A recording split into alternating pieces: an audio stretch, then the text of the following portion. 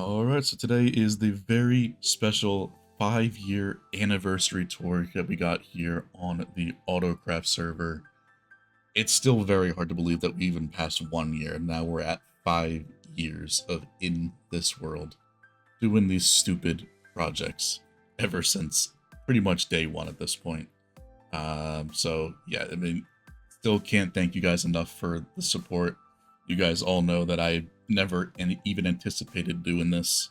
If you have heard the backstory that I have mentioned a lot in streams and maybe even a YouTube video at this point, I don't remember. We've made so many. I think we're on about 141 is the world tour that'll be out, maybe, or 142. Every 2 weeks, doing a video. Used to be every week, but the projects have gotten bigger and bigger that it's just almost impossible to do a project every week. Even that being said, I'm pretty sure we have around 20 projects or so this year, which is less than last year, but you still can't complain. Some of them are even more ridiculous than the past, which shouldn't even be possible. But here we are again. As you can see on my right here, or Elyrio's left, if you're watching their point of view, as they will be making a tour and maybe a showcase video like they have done in the past.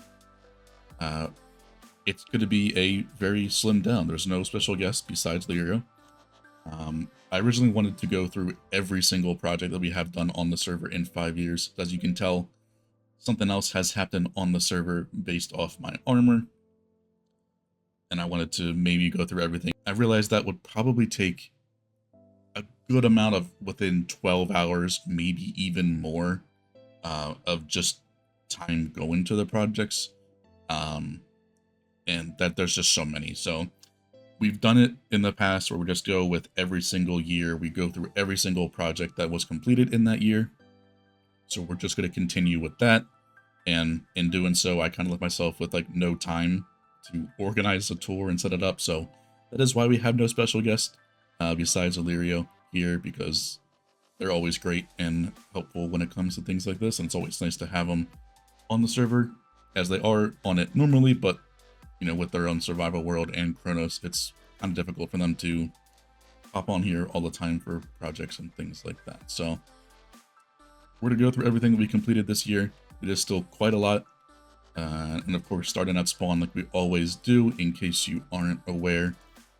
This is our spawn perimeter, which at this point pretty much serves no purpose, just besides being like a welcome area for any new members and things like that that we have on the world.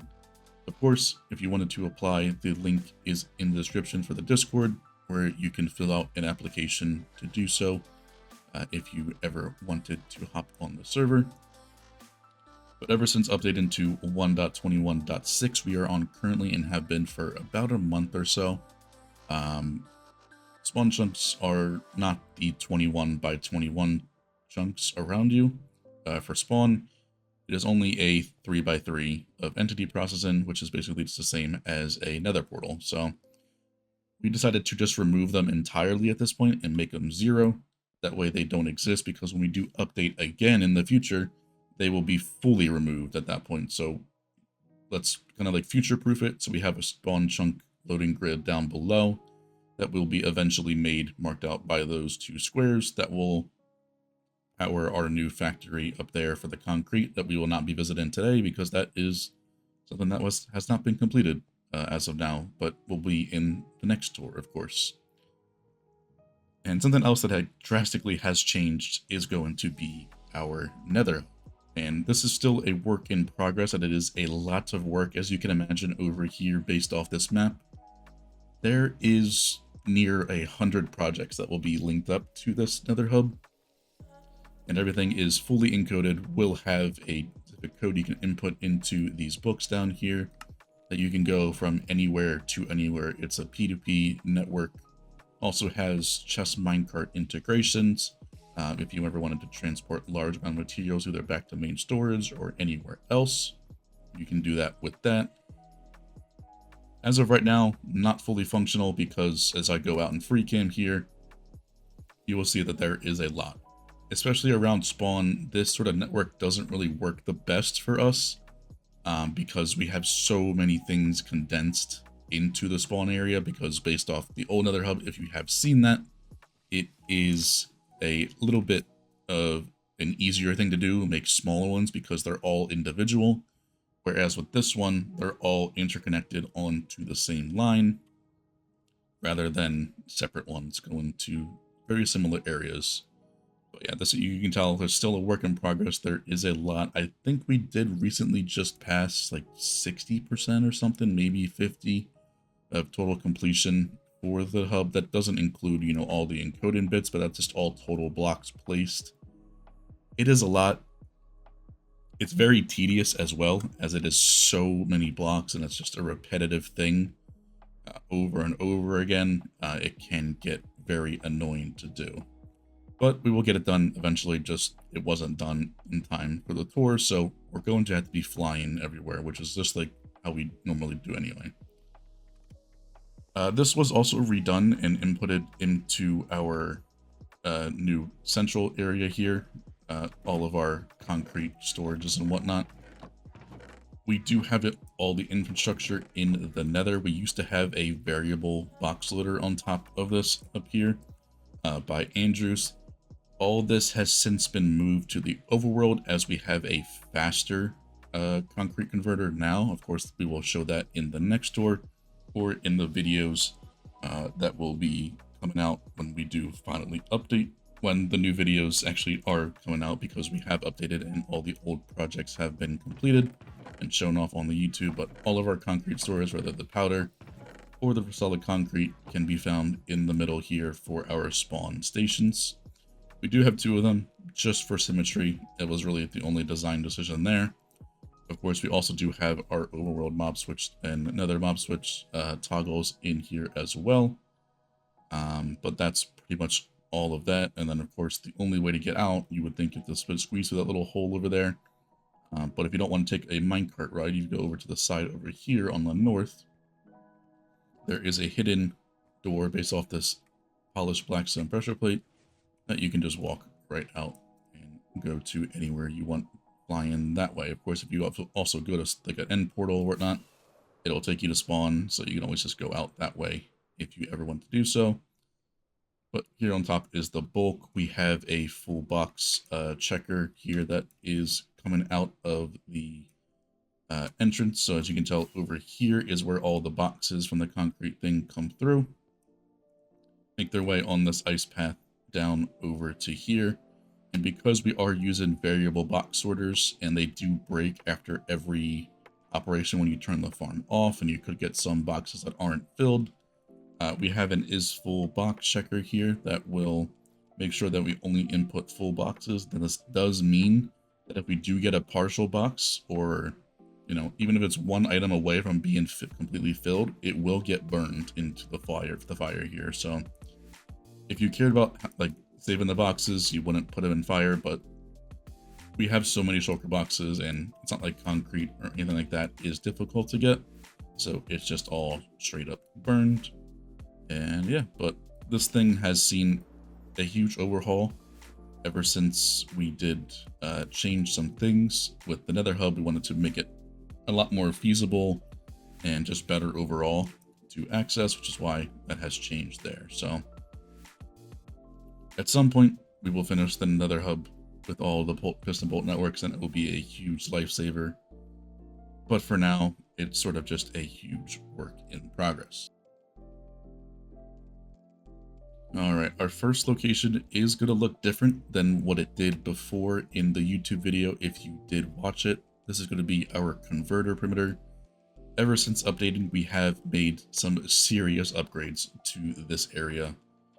Thanks to some new farms that we can make, as well as new designs, even by Elyrio, that have been implemented here, that you may see very, very soon on their channel. The first thing that we're going to cover is the copper converter, as that is pretty much the thing that gets used the most in here, if I had to guess, as getting aged copper is very tedious to do, and even with this machine, it is not the most ideal thing, but it is the most compact, and I didn't want to make a whole separate area just for converting copper, so we put it in here. And The only downside to this is that you can only run like 4 boxes or so of copper in here any given point in time, but the downside is that you can't run them all constantly per hour. So you can't, have a constant stream of copper blocks because the storage capacity is only about 30 minutes worth of placing blocks every 4 game ticks. So you can't fully AFK, which is what the huge downside I have to this with this design is.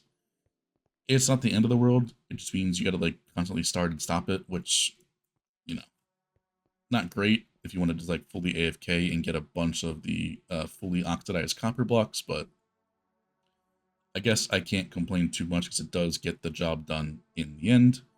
As you can tell, the output here, we have recently just run about 4 boxes of the oxidized copper through it, which is why a lot of it is basically fresh copper at this point. So this design is by cubic meter, and we have it linked up to the blast chamber in here, just so it activates as least frequently as possible.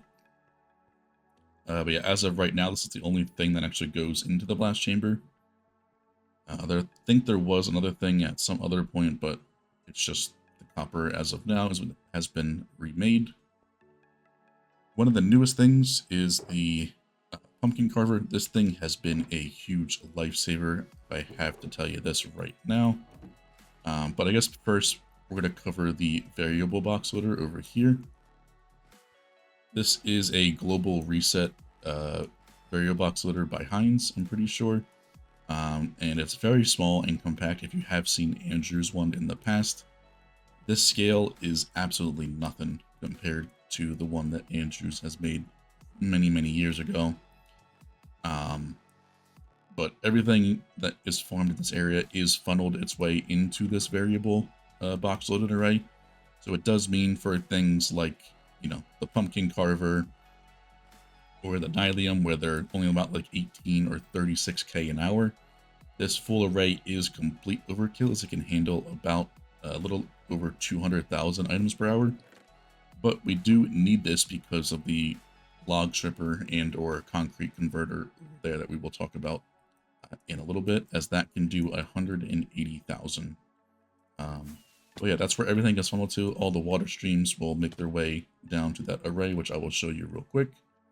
Just going to turn my block sounds, as this thing is kind of loud. But it is a very nice machine, and I think something that everybody else should make as well. So just going to grab some pumpkins in my offhand, fill my inventory completely. That way I can only hold the shears in one slot and the pumpkins in another. We're going to unflick this lever. That will drop me a shear. This thing will fully restock me all the time. That's the boat. I didn't want to click on that. But we have a lot of stockpile of shears here. You could link this up to a shear crafter instead.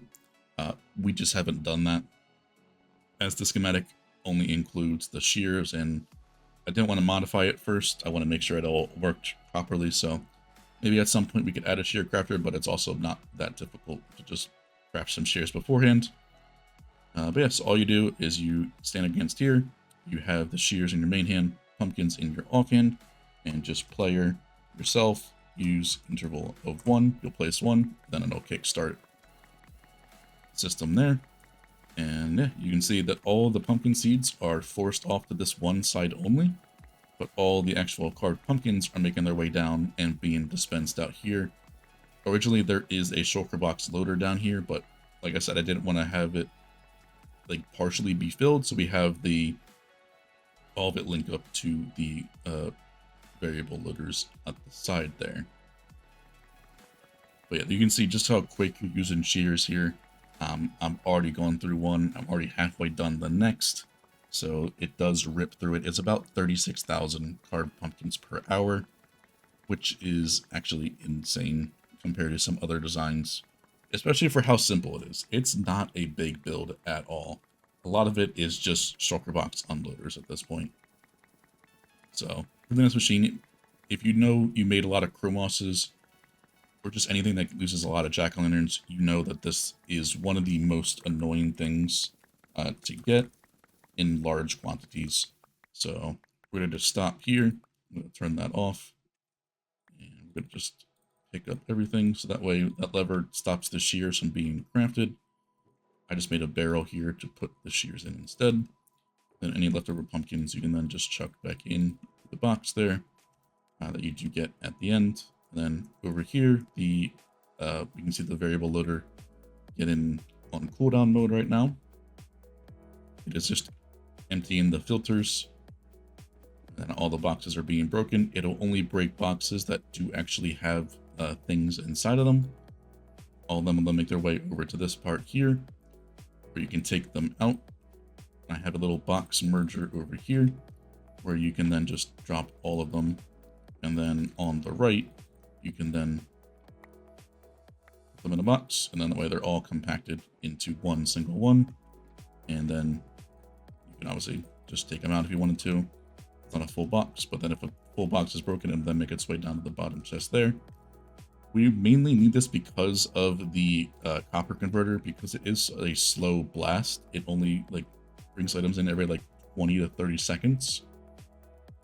And by that time that the variable loaders are in cooldown mode, the next batch is coming in and all the boxes break. So you only get 1 or 2 stacks per box, and it's very annoying to compact it. So I just took Command Leo's manual crafting thing that usually was Tweakaroo for mass crafting, and I just removed the crafting tables, and that way it's essentially just a manual box merger, as doing it with the system would just take way too long. The player is the best box merger of them all. Over here we have the Mycelium farm. This has stayed the same. You place another rack, it gets Bonemeal, the player mines it with the pickaxe, and that makes its way out of there. You're then restocked with another rack over here, which we are actually fully out of. That stayed the same. Over here, the only other thing that we have added is a mud farm, or mud converter, I should say, rather, because you are inputting the dirt, and then you get the mud in the output. Everything will be linked in the video description. This stuff may not be, as it has changed, but I will try to remember to link the farms for the stuff that has changed in the description.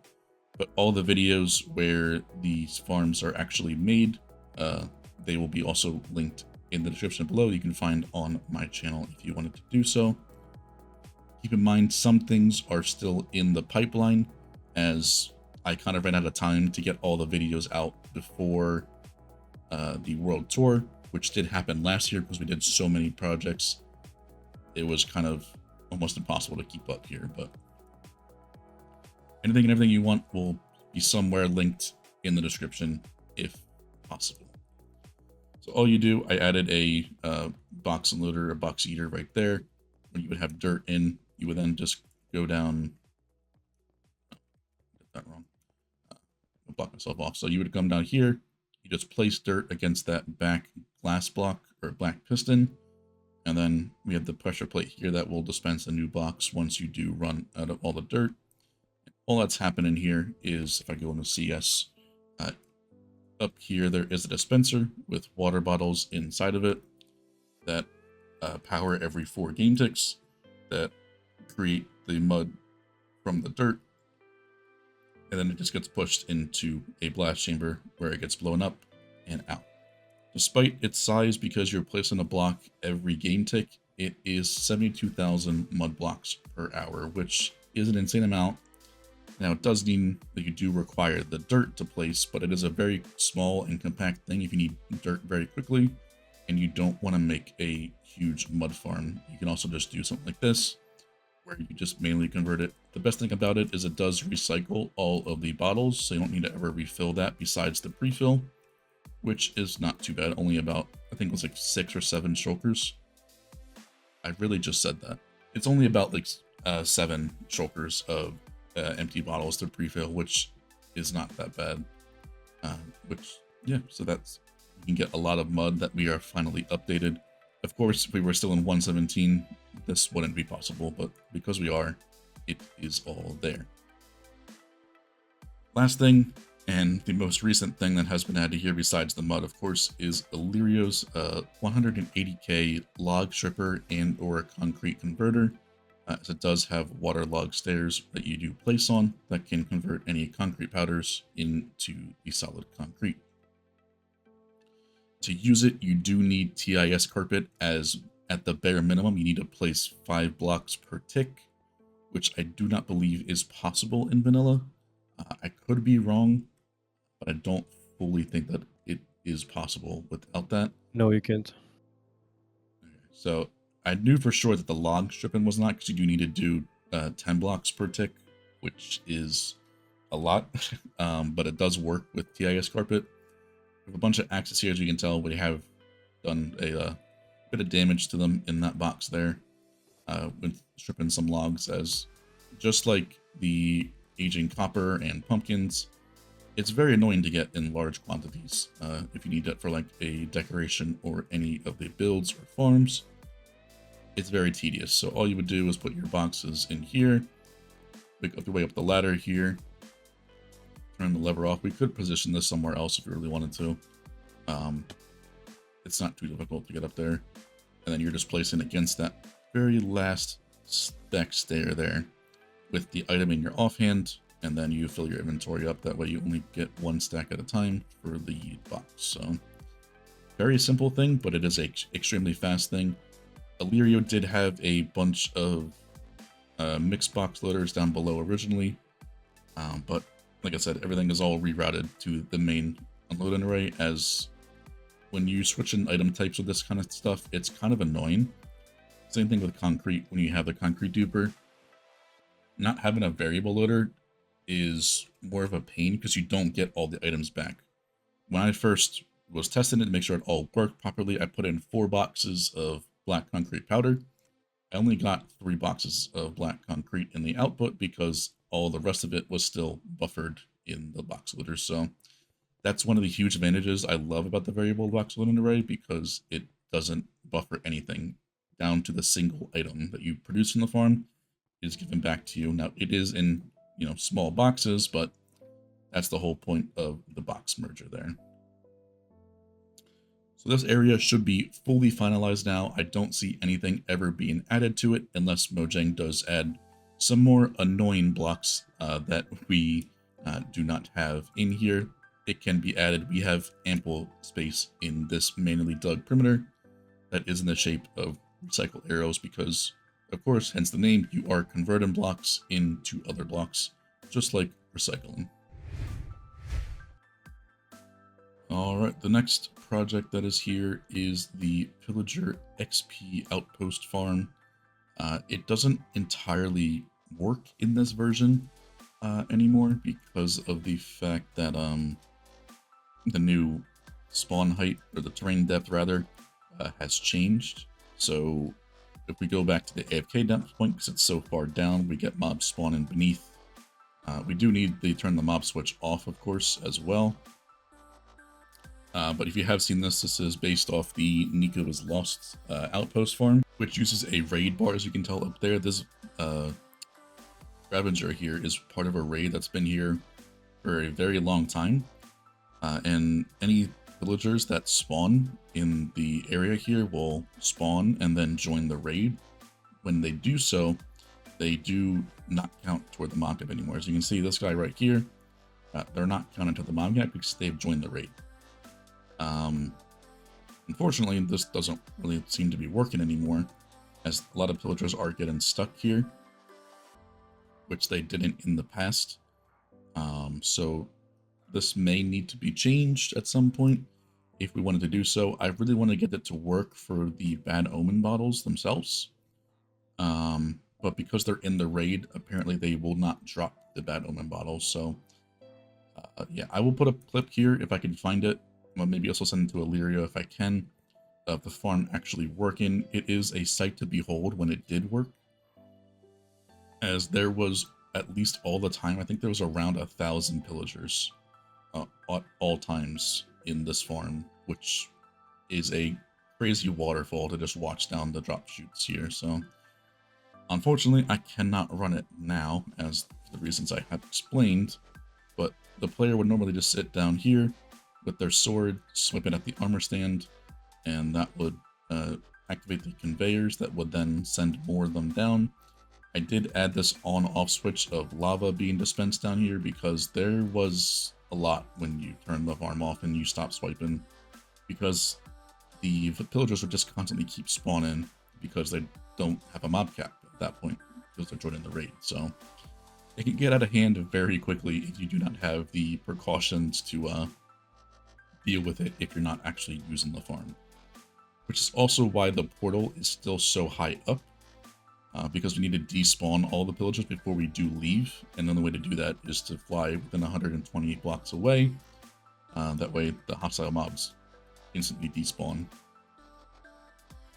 But yeah, very nice perimeter. It was the first one that was completed essentially before the World Tour, if you discount Converter being completely redone. We could have shown this off the last World Tour, but we decided not to, as it was completed after we finalized everything else. So we use Elyrio's gradient placer for the wall using the matrix pattern, and then the floor is just a green and yellow theme here, just to fit the XP sort of theme we got going on. Alright, so the next one is also going to be another broken farm, which I didn't think would be the case, and apparently all of the dolphin heads that we have here also don't work anymore. Couldn't tell you why. But apparently something has changed with fish spawning, and that also does affect dolphins, of course. They do share the same mob cap. But for right now, apparently there's not a single fish spawning here. It is built at like Y45 for the water, so in my head I thought I did some research and this would still work when we updated, which is why I didn't make it on the ground. But maybe that has since changed again and I just missed it. But this thing would work. We have the guardians in the corners here. They do shoot the squids that do spawn with the dolphins. So unfortunately, there is no way to stop them completely from spawning. So you get both them, the dolphins and the squid. These guardians are designed to dispose of the squids because they don't care about water. But then the dolphins, they get attracted based off this item. As you can see in the very middle, we'll go down here. There's a dropper in the middle of the soul sand that is dispensing an item on a hopper clock that the dolphins are attracted to. So they get drowned in here, they get pushed up into the soul sand column, and then they would get stuck in the cobwebs here, which is how I am able to have killed over 200 dolphins just from testing this farm alone. This farm was made for a friend, Comview, where they have a hatred for the dolphin mobs, and I also did develop my own because of shadow items. So when we're making perimeters and we're making these sand trenches for the liquids and whatnot, and you're going through them with, you know, concrete powder or sand or whatever, and you move more than one block, you move faster than you can place 20 blocks per second, the shadow items can't keep up, and then you would break your shadow item stack and you need to go redo it. So that's where my hatred came from it. But I decided, because you know, they hated them so much, I was like, I'll make a farm just so that I can say I made it at this point. That's pretty much this whole world, making a farm just so you can say that you made it before. There's no real benefit. You get a little bit of regular fish or cod from them. That's basically it. And at the time we got the mob heads, but now they're all back to Steve. So it is quite unfortunate, but we do have a video, as you can tell. There is a video on my channel that does show this farm working and everything. It's exactly how they explained it, but obviously it's better to see it in person, which I thought I was going to be able to do, but when I was preparing for the tour to visit everything, we did notice that the yeah, there's no mob spawn in here at all, which there used to be a lot of fish here and dolphins. So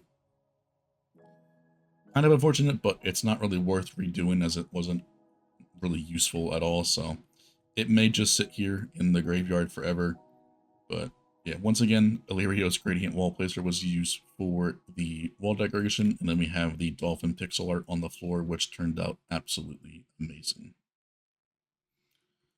That's this whole area wrapped up. We're going to go on to another passive mob farm, as we have done quite a lot this year, being the Mooshroom.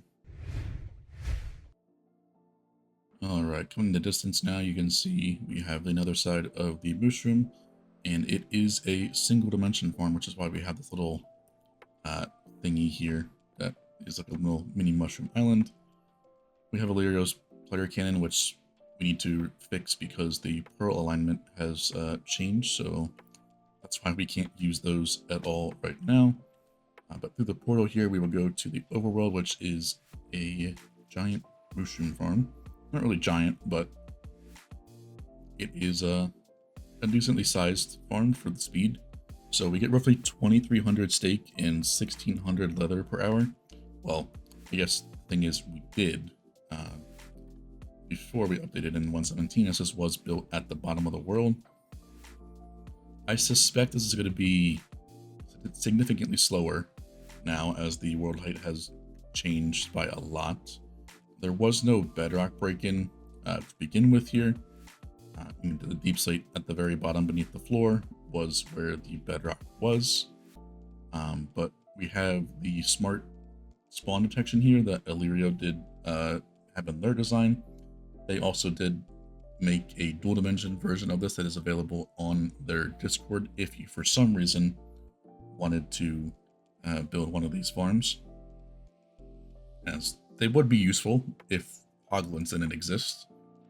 But because they do, this isn't really the most practical thing to do, as Mushroom Island perimeters take it from someone that's made them and also made a full 530 by 530 perimeter.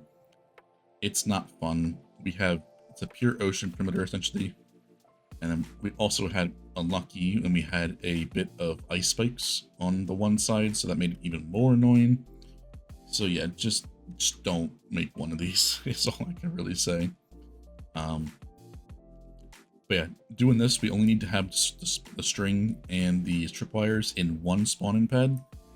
It does mean that the first initializing of the farm is a bit slower because you need to sync the clock to the passive spawning cycle of 20 seconds.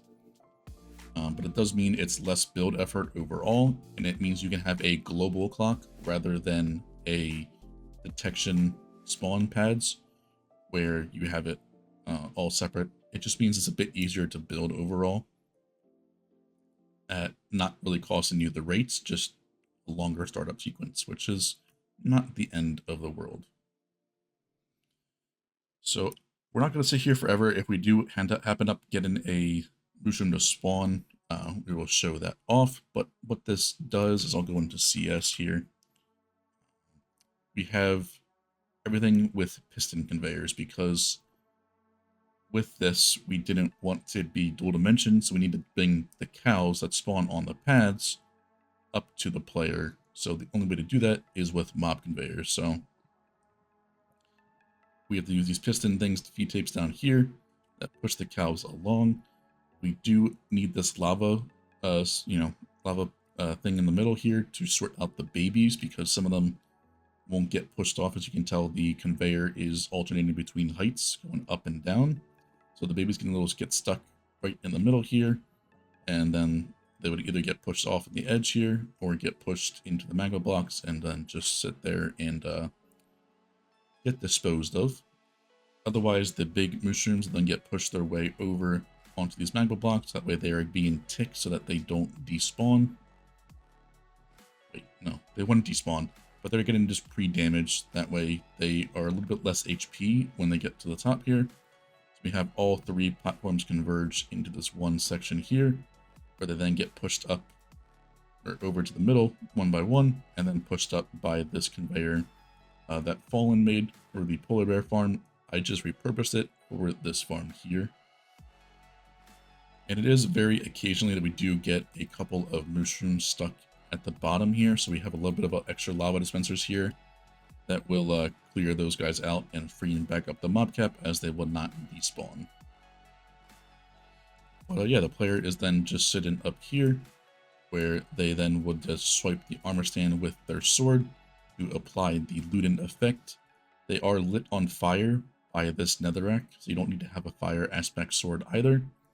But this fire also doubles as a fully AFKable one. If you didn't want to use in like a player command or whatever, you could have just the cows burn themselves and not have looting, which I don't know why you would, but it is a unintended feature that is there. So then the drops just make their way down into the water stream, where they are sorted out between leather and the steak, and it is a decent amount for the effort of the farm itself down there. But I really do like these single dimension farms, mainly just because it offers a lot more uniqueness rather than just portals. And I also did design this farm myself, so it was a huge challenge for me to like figure things out, and huge help, a huge thank you to Elyrio for all their help that they had with this design process, as it was a very different thing that I'd done normally in the past. But yeah, the decoration here is probably one of my favorites, especially the floor. It is all redstone blocks, but it could have been done with red concrete, but redstone blocks just have that brighter red. We have the Mooshroom pixel art here, and then the walls that are faded from the black, white to the red. Very clean overall thing, but it is very simple, so it just turned out great in the end, I think. So I've always wanted to do something like this ever since, you know, SciCraft and whatnot. That's pretty much where my first initial like motivation came from in the past, was them. So back in the 1.12 era, or even before then, the best way for food was Mooshroom Farm. So being able to finally do one of these is a huge accomplishment to do, but I also wanted to do it in our own special way. So we didn't end up getting a Mooshroom to spawn. It's kind of expected now that the height map did change and there's very little spawn-in pads there. So what that would do is it would get the spawn-in, it would then sync the clock, and then all of the other spawn-in pads would unflood themselves. And then the next spawn-in cycle, you would then get the huge influx of the mushrooms. But we don't got to sit here all day to get that, because we got other places to go to. Alright, so huge jump cut here, especially if you're coming from Elyrio's YouTube channel, as we kind of forgot to cover this one, as, you know, it was all scuffed and kind of like last minute planning. There was really no planning, so I was just going through the completed project channels in my Discord, the AutoCraft Discord, and yeah, I completely just glossed over this one as I saw Stray and Skeleton right next to each other. Going off the fly, my brain combined those two into one when they are completely not. So we're going to cover this real quick. It's just me. Elyrio is not able to be here. They were actually the one that brought this to my attention, so thank you for that, because this farm is very unique and I feel like should very well 100% be covered, which is what we're going to do right now. So I currently am sitting here on top of the AFK spot with the mob switch off, and the farm is actually running down below me. It is a single dimension farm. It is a down Excel farm that Elyrio has, of course, designed for us, and everything like that, using these spawning pads here. So you can see occasionally you will see some skeletons just falling down, and they get detected based off the tripwires here, and then activate this sequence right here that will basically remove the platform. You saw it right there, but very quickly remove the platform below, down excel them down into the pointed dripstone. Now the fire is here. Forget the ones that have the feather fallen. They will get pushed over and start burning in the fire. But some drops here, of course, aren't collected. It's a bit unfortunate. We would get a little bit higher rates if that is, but that is only down to the spawn-in pads getting out of sync with the timing down here. So that is what we have, this extra top line going across the top here. That is to reset the platforms, because sometimes this lightning rod can get stuck up top. And it's very, I would say it's pretty common and safe with this sort of design the Elyrio has gone with. So because of that, before I implemented this fix, we were getting so many drops down here, and you can tell it's still kind of a lot, but it's definitely a lot less than it once was. But yeah, so when they fall down here, they get pushed across with this slime block here, right into that. The fires you can see there. And then if they don't have any armor or feather fallen, they would die instantly on the dripstone. So perfect example right there. All the drops immediately get picked up into the hopper line that is actually at the bottom bedrock here that we had to break just for that hopper and dropper line to get that little bit of extra rates there. As you can tell, we got a bunch of droppers and whatnot constantly firing here that is transporting all the items in droppers and hoppers that we cannot, of course, sort.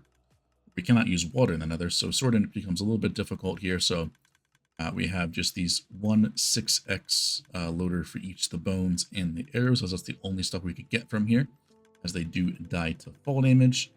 But yeah, the candles here are not necessary. I just thought it looked a lot cooler having that. Don't entirely know how that skeleton spawned on the outside, because that is just not possible.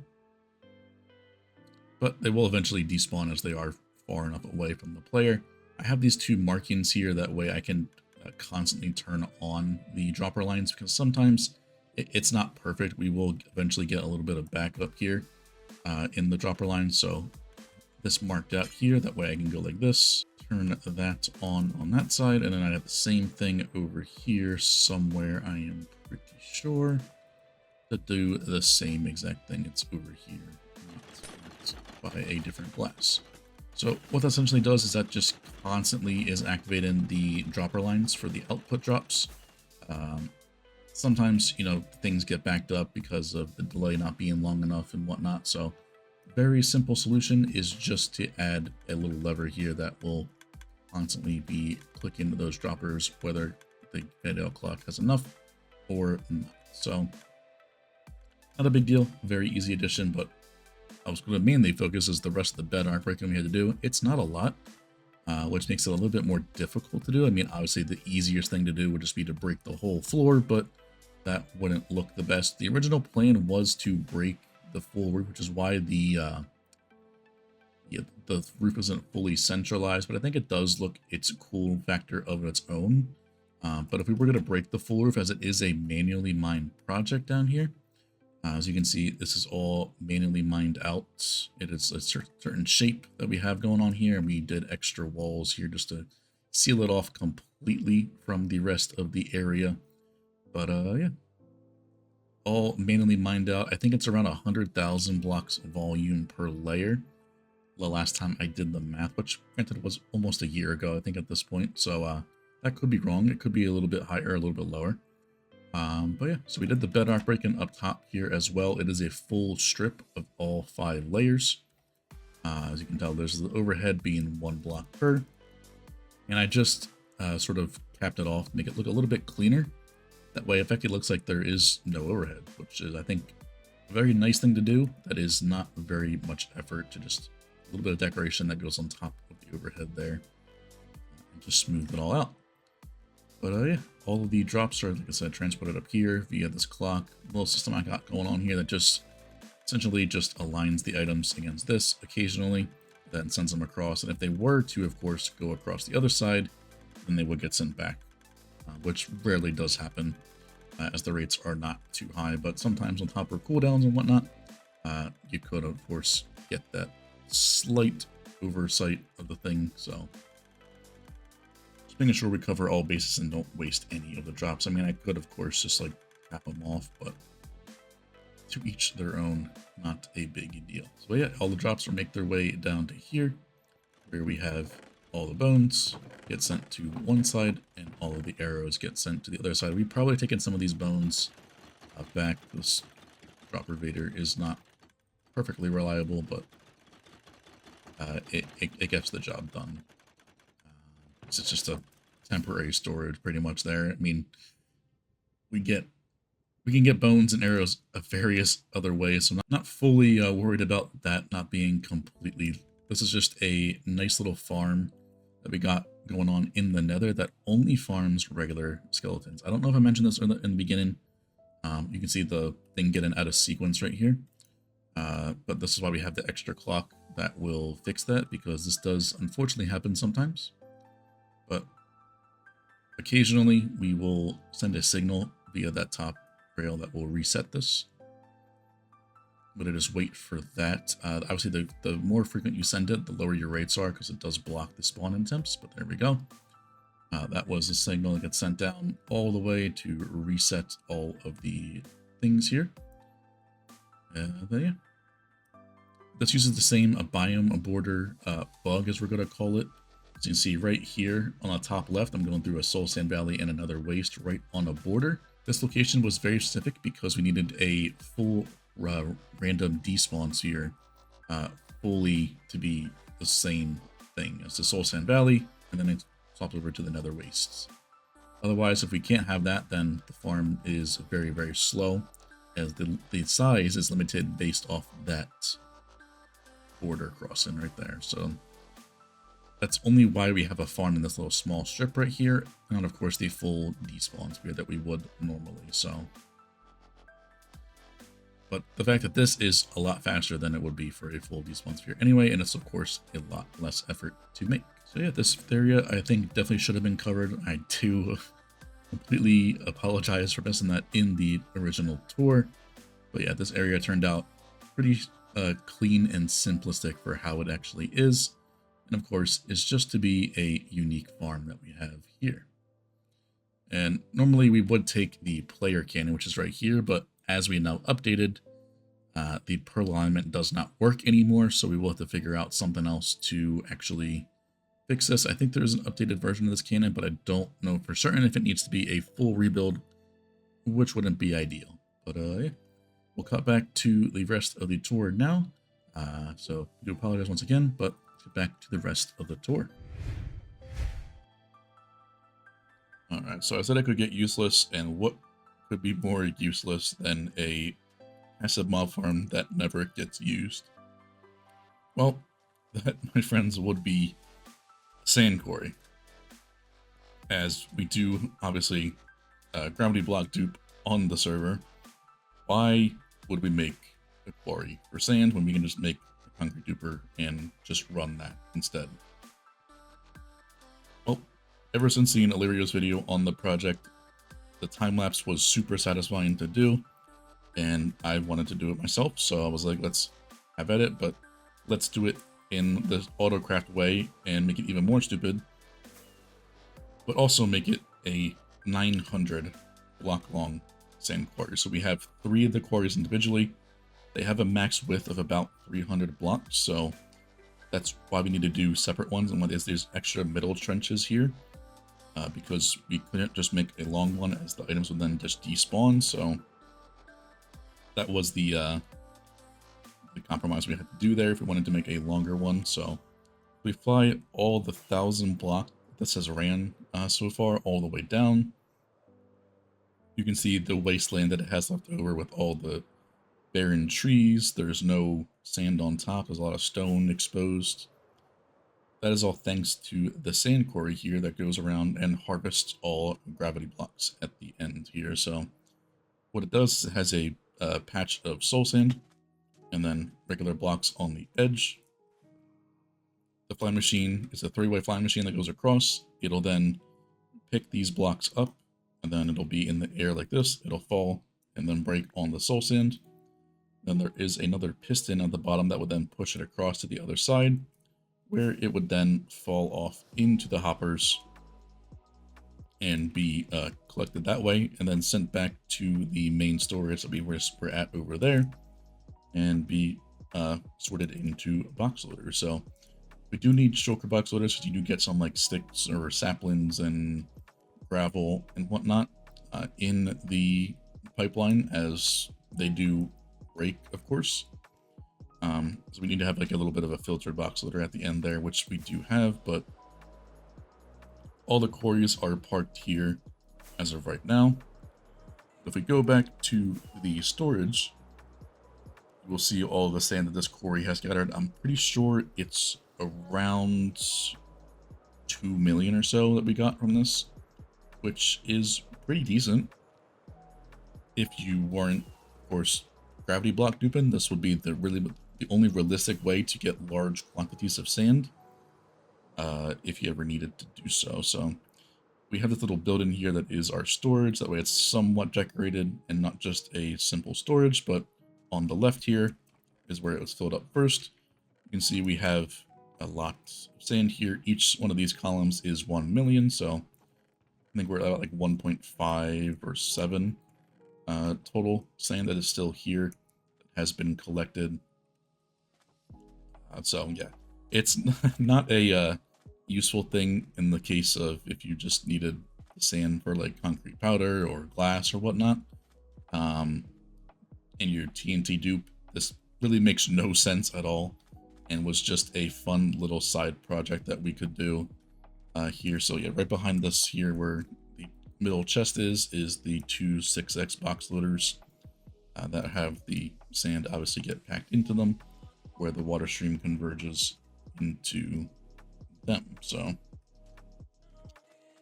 yeah, that's pretty much this area. It's very empty and, like I said, a huge wasteland at this point, because it has much been harvested of all the sand for at least 900 by 1,000 blocks here. So like I said, if you didn't TNT dupe or gravity block dupe or whatnot, this would be the most feasible way to get millions of sand if you wanted to do so, but you do need a very large desert for this to be worthwhile.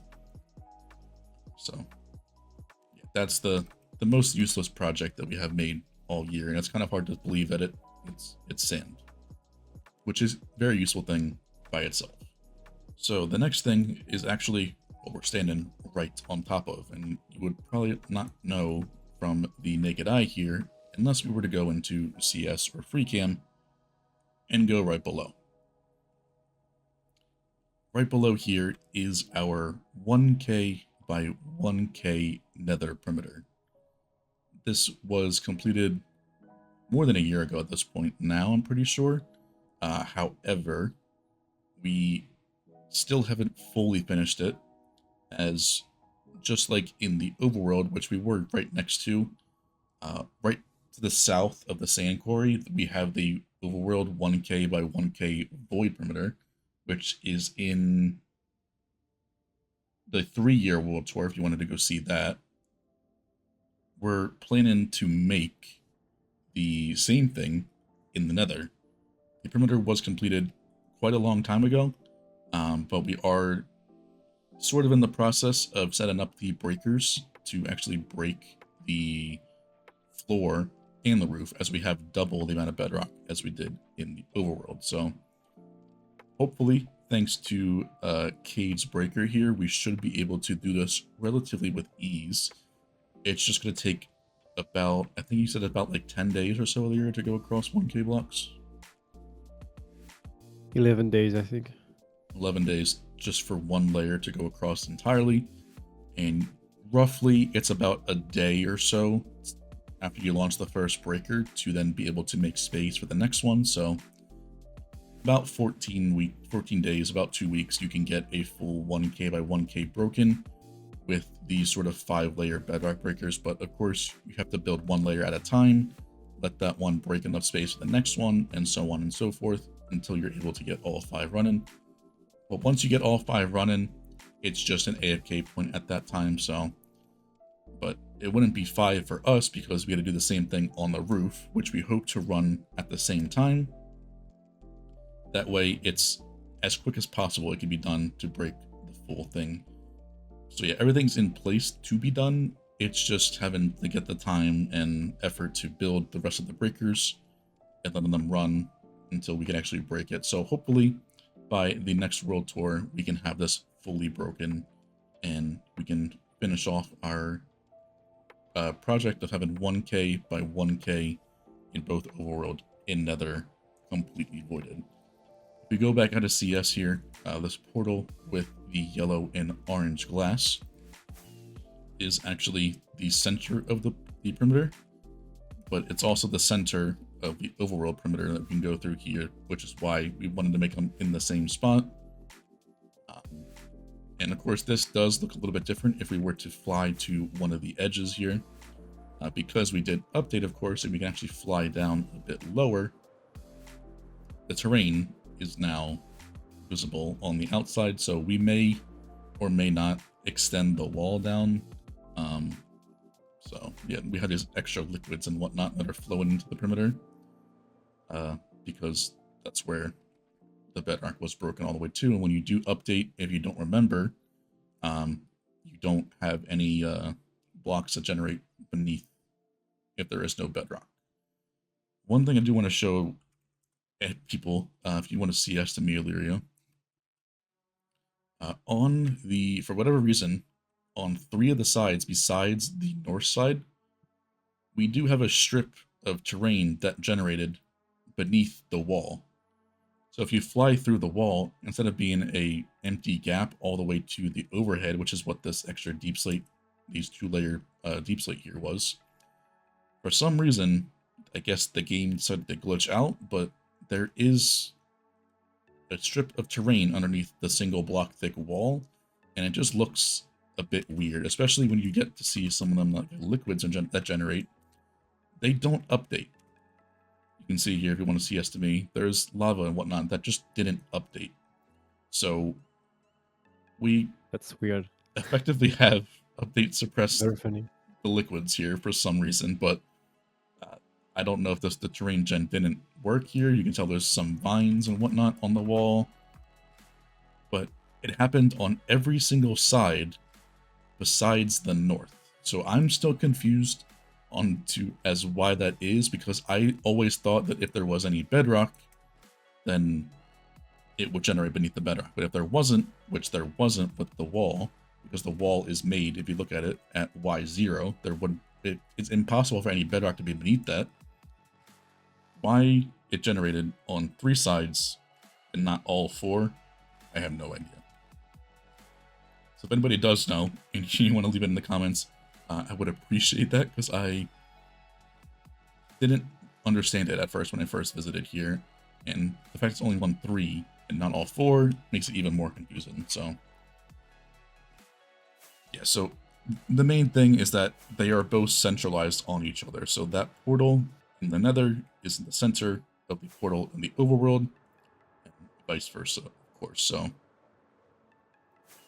having them in the same spot and being completely voided would be very cool in the end. We just need to buckle down and actually finish the bedrock break-in, which Elyrio does know a lot about with their 1k by 10k nether perimeter that they have broken the full roof on. I don't do it. It's a bad idea.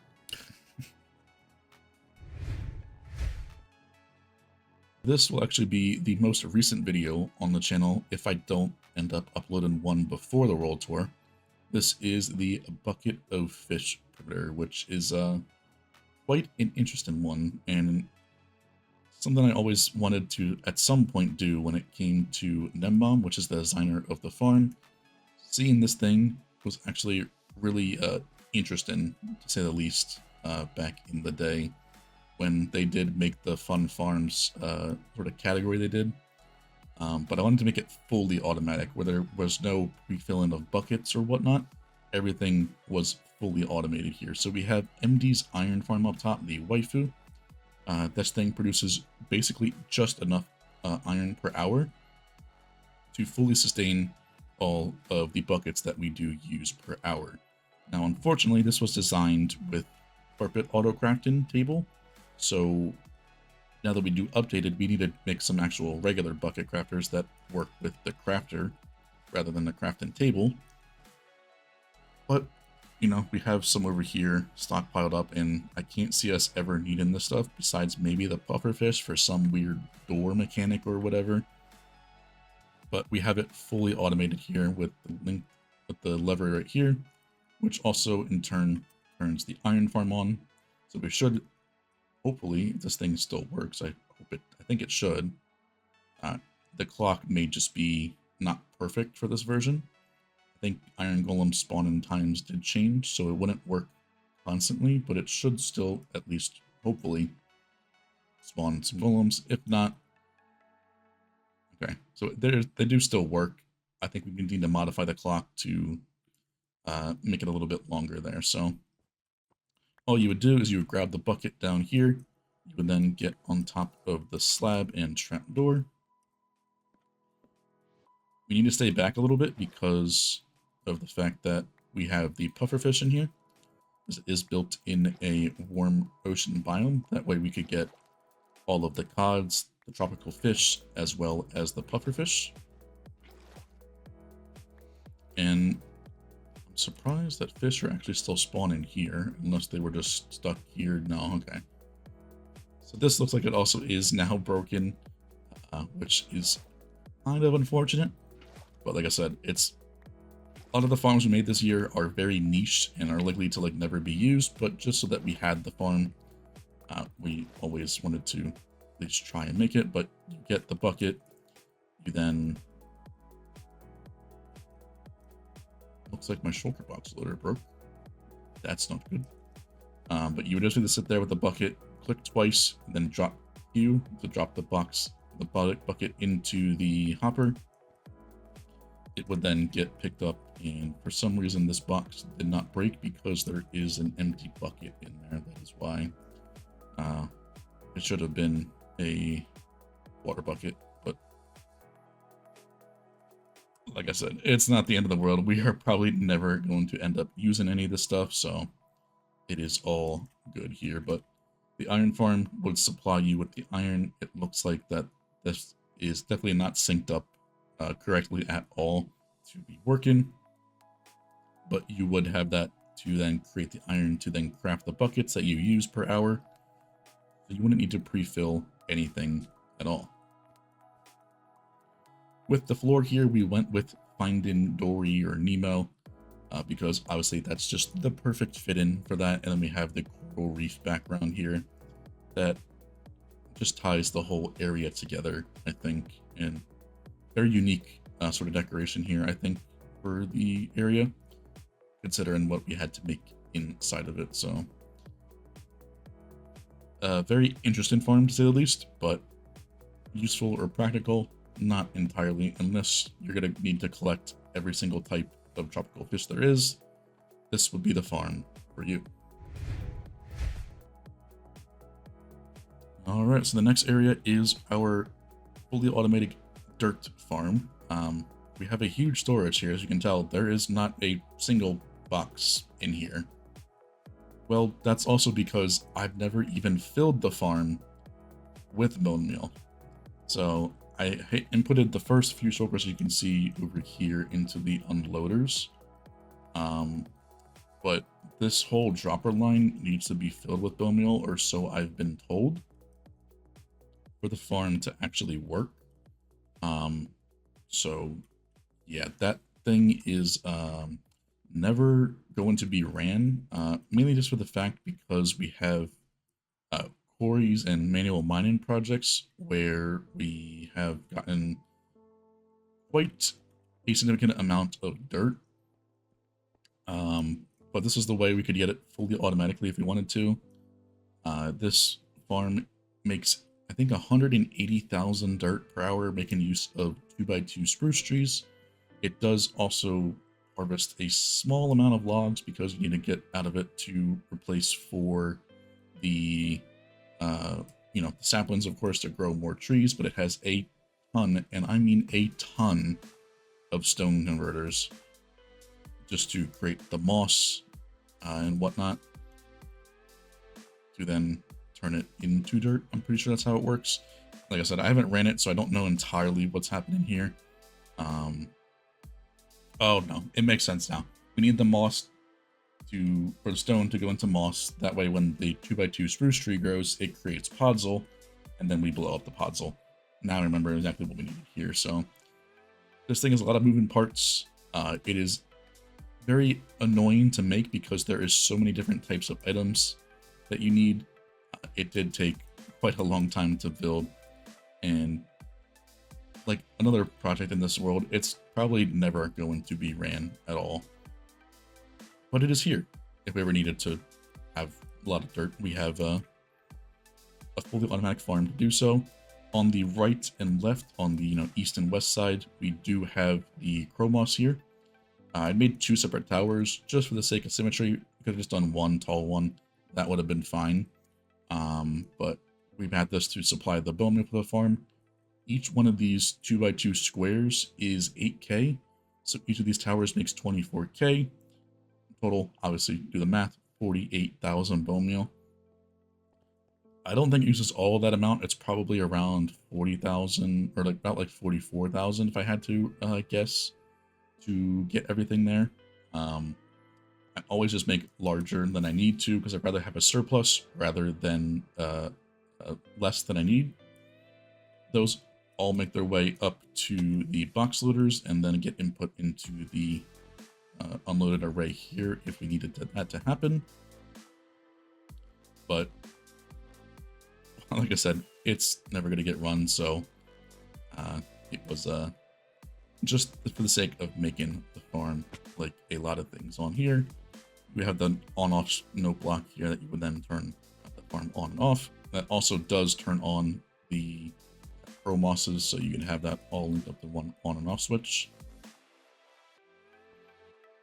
But yeah, we have all this area here. We have, I think this is the one that was shown off in Floppy's video for the encoded floor placer. This is that same floor pattern there. I just quickly nabbed that because it perfectly fits the dirt theme of it being the brown for the dirt as well as the green for the moss and grass. And then we use Elyrio's gradient wall placer again for the walls here. So yeah, it was this farm was just made for the sake of making another perimeter.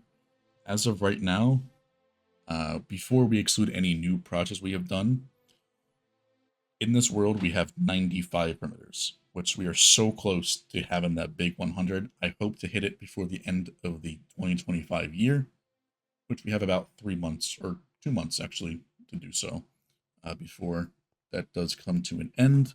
So hopefully we can get that. It should be pretty straightforward, but I just don't like making perimeters without having an idea of the farm to put inside of it. So as long as we come up with the ideas to make the perimeters or to put inside the perimeters, we can always just make them and have them all fully finalized there for some use in the future. So this one right here, for the longest time, we never had a permanent space here for anything like stone, cobblestone, basalt. So this is what the basics perimeter, as we call it, is going to be for. Unfortunately, with Portal Lincoln, we do get sent up top. So the only way to get in is like flying over here. Down the old, but now useless XP drop chute for the stone farm. As the XP portal-based farm up here at the very top of the world does not work anymore.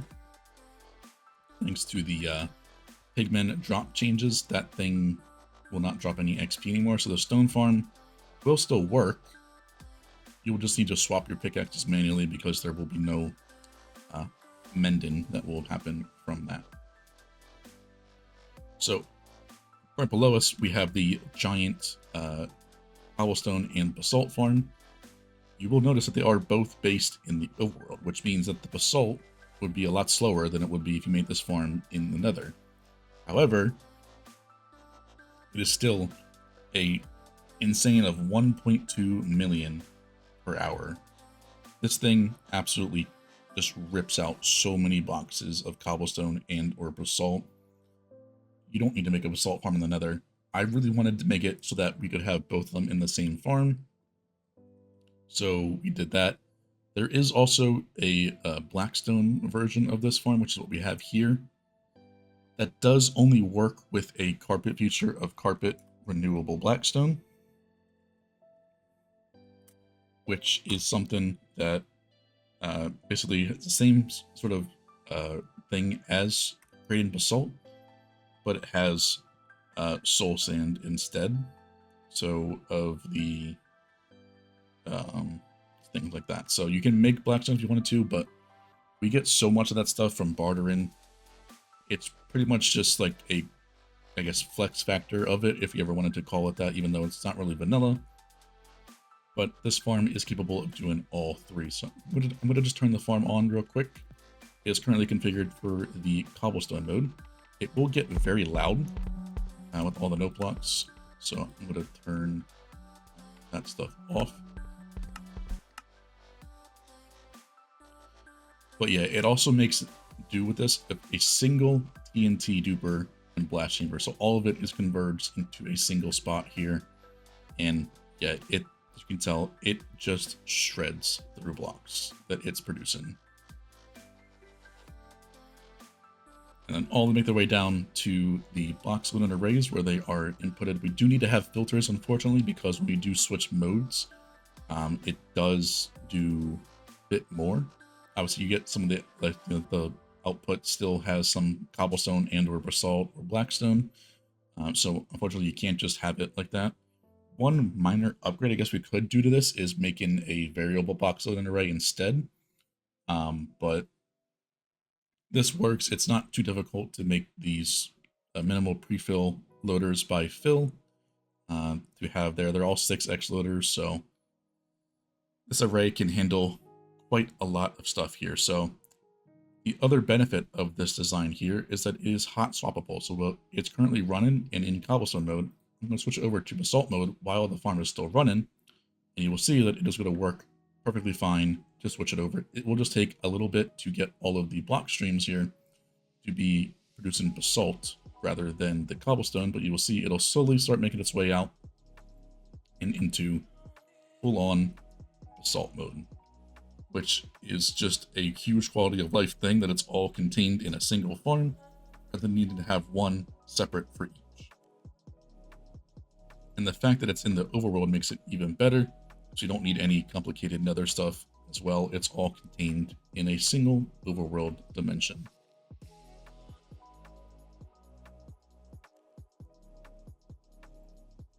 So overall, now we finally have a permanent area to farm endless amounts of cobblestone and basalt.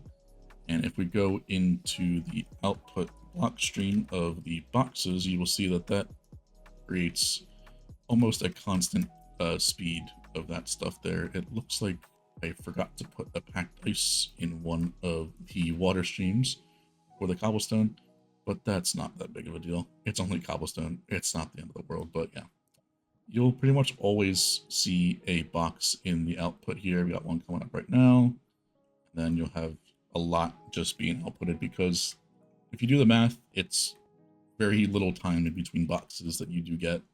But there is quite a substantial amount of both basalt as well as cobblestone here if we ever needed to do so, which, let's face it, cobblestone is something that is used all the time in crafting recipes, whether it's cobblestone and or stone. So great thing for that.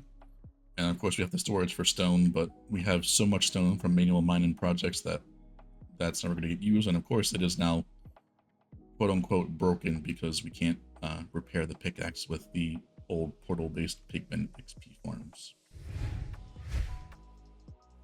All right, so the next farm here is actually one that will still technically work.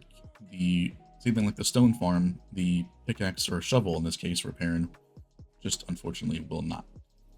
This thing uses the dirt, which is why it's also built within close enough proximity to the dirt farm. That way we can create endless amounts of grass and or mycelium for the other farm on the other side, making use of grass spread in, which is the cedar blocks are underneath the lanterns here.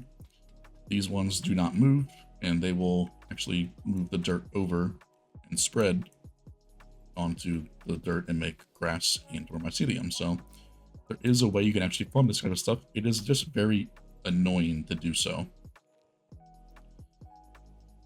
But yeah, that's what this perimeter is for. We do need a lot of this for the, you could say, the Mooshroom Farm, because getting mycelium in large quantities is also very painful to do, which is the main reason why we did this.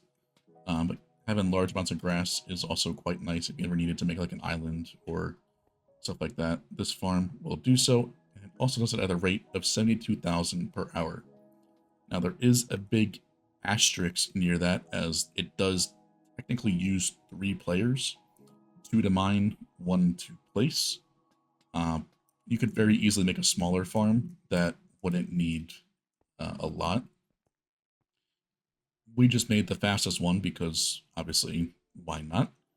But yeah, these 2 farms were also very easy to make. Despite what they look like, it's pretty much just a bunch of piston conveyors that you would see in, for example, like a clay farm or whatnot. just a little bit different.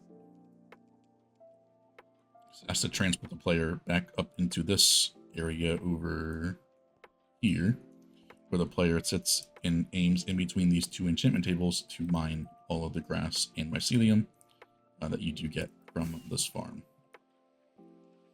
So yeah, very interesting farm concept overall, which is really why I wanted to do it. And obviously, another excuse to do another perimeter.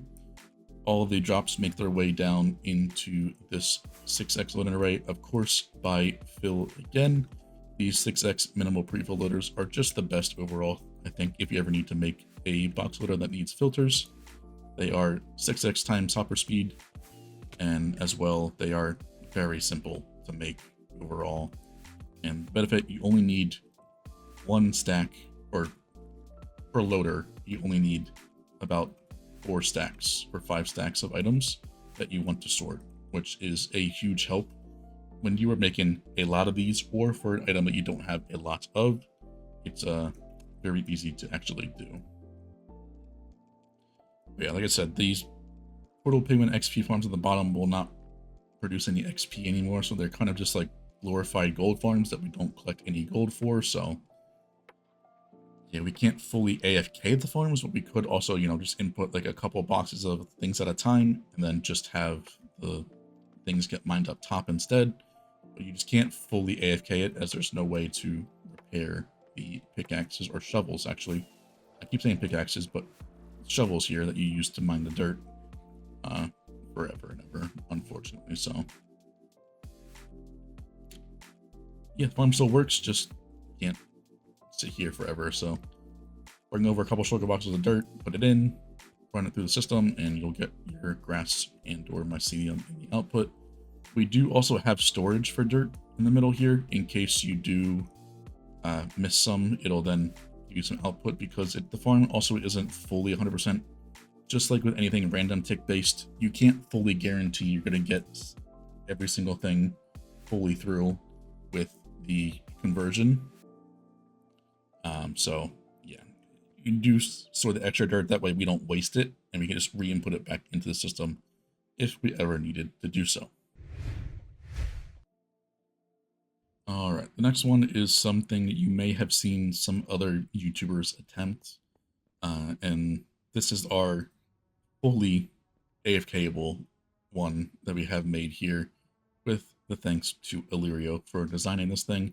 This is a fully automatic beacon farm with a single player that stands in the same spot and doesn't move anywhere. So up here we have a very special bedrock formation that will allow us to trap the withers inside, and they will then suffocate within the bedrock there, and then eventually drop the nether star, so we don't need to worry about killing them in a certain way. However, this is also near a fortress here that we can use that is also low enough to produce enough to fully sustain the beacon portion of it. So with this fortress farm, there's actually 2 layers. Top layer, the soul sand, or soul soil rather, is to obviously harvest the wither skeletons for the wither skulls.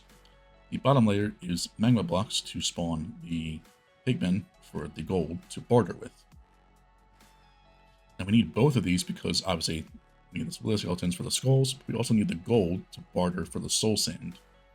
That way that is fully automatic, we don't need anything else there. We have on the side here the thing here to get the barter with for the soul sand. That is make its way down and into the filters here where we sort out the soul sand. But most importantly, also the obsidian. I kind of did forget about that. We need the obsidian to actually craft the beacons. So we get both of those things within that small little area there. That small little gold farm. The soul sand obviously makes its way over to the player. That way the player can place it. The player is AFK right down here. This is the platform. So the player is sitting right in here. They have their soul sand in the offhand, and the they would have these soul sand in their main hand, or the offhand, and the sword in the main hand. They would then be swiping at this armor stand here, and every occasion when the when the wither formation thing requests some soul sand, when it does spawn a wither, you would then be able to place the 4 soul sand right behind you, thanks to this trap door that then flicks down in front of you, so that way you can't hit the armor stand. You're going to place the soul sand right behind you, which allows you to be fully AFK in a single spot, and you can just sit there attacking and using interval of 1, or attacking interval 12, use interval 1, that way you can place all of the soul sand, and that is conveyed all the way up to the wither killer. And then of course, with everything else, we take the output of any excess gold and craft that into ingots and send that back up to the barter area.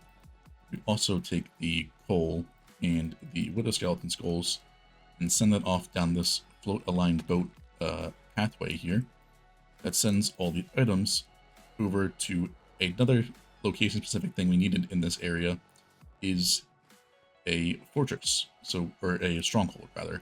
So we have all 3 of these things in a very precise area. That way we can do it with all a single player.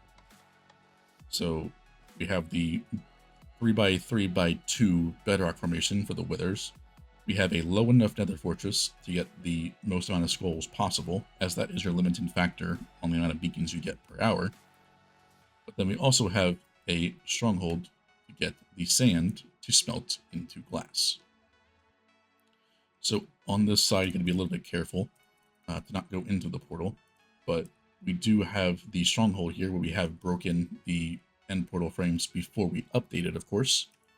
That way we can get the small little sand duper over here that detects every time an item comes through the portal, whether that be the skulls, the coal, or the nether stars. It will dupe a piece of sand and send that to the end dimension.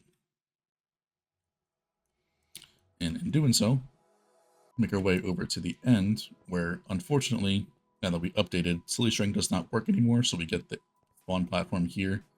So we would need to modify the collection here to have cart Eden to do so. We ignore this big system over here. This is for our TNT factory that we will probably disassemble at this point because it will no longer work. But the items would then normally, if we had the Silly String, they would fall onto the soul sand here, make their way over. With this lever, I can change the way the water flows. So if we were using the TNT factory, I can make them fall over to the right, which then go to the bunch of loaders there to sort all the gunpowder and or sand from that duper. We could craft a bunch of TNT. Or the left if it's in the beacon mode, where we have everything flow down to the item filters down here. So we have it sort out the obsidian, sand, the coal, and the nether stars in those 4 corresponding filters, which then made its way down to the old beacon crafter that I did design for this system here, which of course does not work anymore because we're not using any AutoCrafting tables anymore. We're using the regular vanilla crafter, so we need to modify this if we ever wanted to do so. But the coal makes its way into the furnace. That way it can smelt all the incoming sand into glass. And then of course, nether stars make their way in. We have the coal to the furnace, and then on the left here, the leftmost one was the obsidian that would craft the final ingredient for the beacon, and those are all then transported up to this barrel here where we have a surplus of fully automated beacons with a single player. It was a very complex thing to, also build in survival, but also for Elyrio to actually design it. Definitely took a lot of help from them to actually get all of the location picks out, all the schematics, all that fun stuff. So huge thanks to them for that. And I believe it was, so originally we were only expecting to get around 64 beacons per hour, so a full stack. But when doing some more testing, we did find out it's about 134 beacons per hour. So just over 2 stacks of beacons fully automatically. No player input needed to get anything soul sand, coal, glass, obsidian, or any of the nether stars. So yeah, very fun project, but very complicated thing to do overall. So it was a great combination to bring everything together in one spot. That way it could be fully automated, but it turned out great in the end. Literally, I guess. This is the last one we're going to cover in the end dimension. We were just here, so we might as well go to this one now. This is our villager trade-in hall redo. It's not really anything complex. It was mainly just made for the simplicity, and apparently someone has left a bunch of shulker boxes just randomly placed. Those normally aren't there, of course. But the main reason we did this is because you notice on the east and west side, there are a lot, and I mean a lot of clerics here. We mainly did this for the bottles of enchanting here, because those things are probably going to be the most common source of repairing. If I go to my e-chest, you will see I have a full shulker of this stuff on me at all times. That's to repair my elytra, which I can actually do right now. I take 16 normally. It's going to be enough to like fully repair my elytra and plus some. So I always have that on me at all times to repair that elytra, so I don't got to keep swapping it out constantly, because I do have, if we go back to my ender chest, I have a armor set here where I have full enchants of all of them. So I have a full fire protection set. I actually have 2 of those, one with Frostwalker, one with Depth Strider. Then I have a full projectile protection set, which never gets used. The blast protection set, which gets used every occasion when I'm doing like manual bedrock break-in. And then of course the one I'm wearing right now, which is the regular protection armor set. So instead of having to make multiple elytras that are all the same, I just have the one and just repair it with the XP bottles here that we did trade for. So I had extra space, so I made some things for lapis and redstone, but that's like never gets used because we have way faster farms to get those things instead. And of course the name tags, if we ever needed to do those for things, we have all that there. But I try to keep everything within the floor here, that way it's very easily accessible. It does take up any of the space of the actual main floor. So we could ever add more like hallways if we wanted to, of more villagers. We have the 2 spare villagers, so 1 on each side at the top and the middle. Those are unemployed ones that we can make another breeder with if we ever wanted to do so, but can't ever see this added more things because we have all the important ones, like all the books here. We saved all of those ones from the old villager traded hall, which we did have previously. I just wanted to know something that we could actually use on large scale when it comes to like bottles of enchanting. Otherwise we couldn't really do that. So that is why this thing was redone. If we go to the outside here, you will notice this big giant temple, I think we can call it, that we have made here. It looks absolutely amazing. This thing took a lot of copper, which is also the main reason why we changed the converter area as well and made that thing. But a lot of green and a lot of the deep slate here to make a really cool looking structure here that we can call our new villager trade-in hall. So very cool project overall. You know, not the most technical advanced thing ever, as it's literally just villagers in a 1x2 cell. And unlike the encoded one we had last time, where we could like call them from different spots and change them, this wasn't really needed. We wanted a simple thing that we could just go to at all times and mass trade with the clerics for XP bottles, as well as also keep all the books when we need to make new tools and armor. All the other villagers are not really useful late game, so there's really no point in getting all of them. So we just kept the most common ones, and I guess if we ever wanted to do so, we could always add more or make a new trading hall just for those types of villagers if we ever wanted to do so.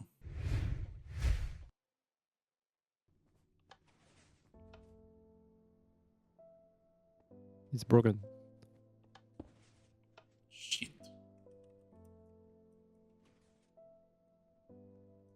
I went on too fast. At least then in a state where it could just be walked through.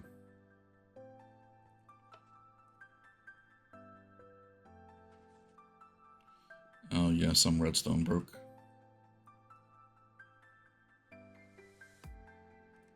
I'll fix it, it's fine. It's not the end of the world. So this area is going to be a little bit updated from the last time, as we did make another extension on the crop farm perimeter. Now, unfortunately, when we updated, if we go down below real quick in FreeCam, there is 3 ancient cities right beneath this perimeter. So this is the one that pretty much got nuked the worst when it comes to updating, because those things add so much passive lag. We are probably going to end up redoing this whole area entirely in a totally different area. So yeah, look forward to that. But this one, those little chambers there were for the old 117 random tick range. If you stood there, you loaded that half of the farm or for random ticks. Then over here, there's the other one for the other half of the stuff. So those are the little AFK spots for the random ticks. But of course, now it is your full render distance again. So that doesn't really make a difference to have there anymore. This is the old version 1 of the crop perimeter. If we go to the south side, right past the sugarcane farm, we will go into version 2, which is where we made the expansion. So through here, there's a lot more farms here. More of the more niche ones, I guess you could say. So we have the glowberries, the hanging roots, the weeping vines. We have in each corner, we have 4 of the wheat towers by Luke. And then this is actually, I think this is the one that you made for the dripstone farm on the side here. Yeah, it looks like it. Very simple flying machines, but you know, all that stuff gets a shulker box loaded into its own little thing at the bottom. Over here we have just Luke's Nether warp farm as well, which is a continuous cycle all the way through. And then on the 2 sides of the farm here, we have fox-based berry farms. So these ones don't use Bonemeal. It's just the foxes pathfinding normally. And then underneath we have a hopper minecart, which is currently turned off. That goes around collecting the drops beneath it.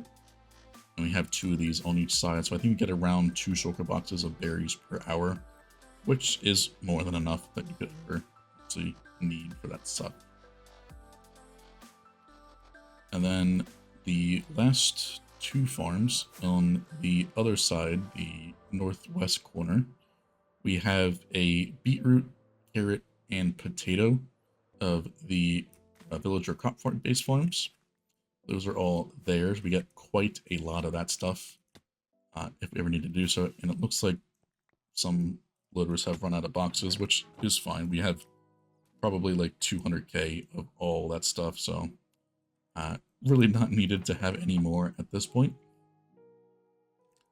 But yeah, we have those towers that give us a lot of that. And then the last 2 are actually moss foliage farms. So easy to do things like moss carpet, azaleas, and seeds if you really wanted to, I guess, with the grass that does get created from it. So we have those box loaders here, which sort all of that stuff out. It does create quite a lot. Let me just turn this one on real quick for you to see how it works. Essentially just a lot of pistons going back and forth to get you all of that stuff. I don't remember where the on switch is.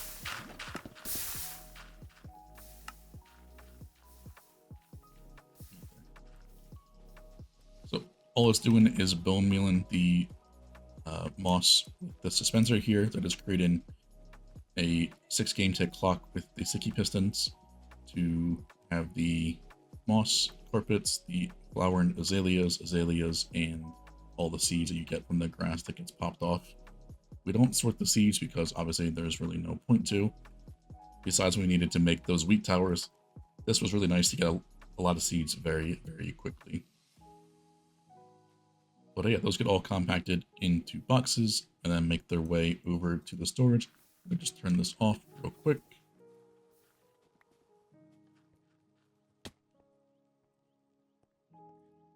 All sorted out, and then right behind us here we have the main storage system where everything gets box sorted out and put into its own silo here. So we've taken quite a bit of stuff back to main storage, but things like carrots and potatoes, where we have hundreds of thousands of them, we didn't take those back because, well, it's better off to keep them here at this point because there's just so much of them. But everything else has its own storage silo here.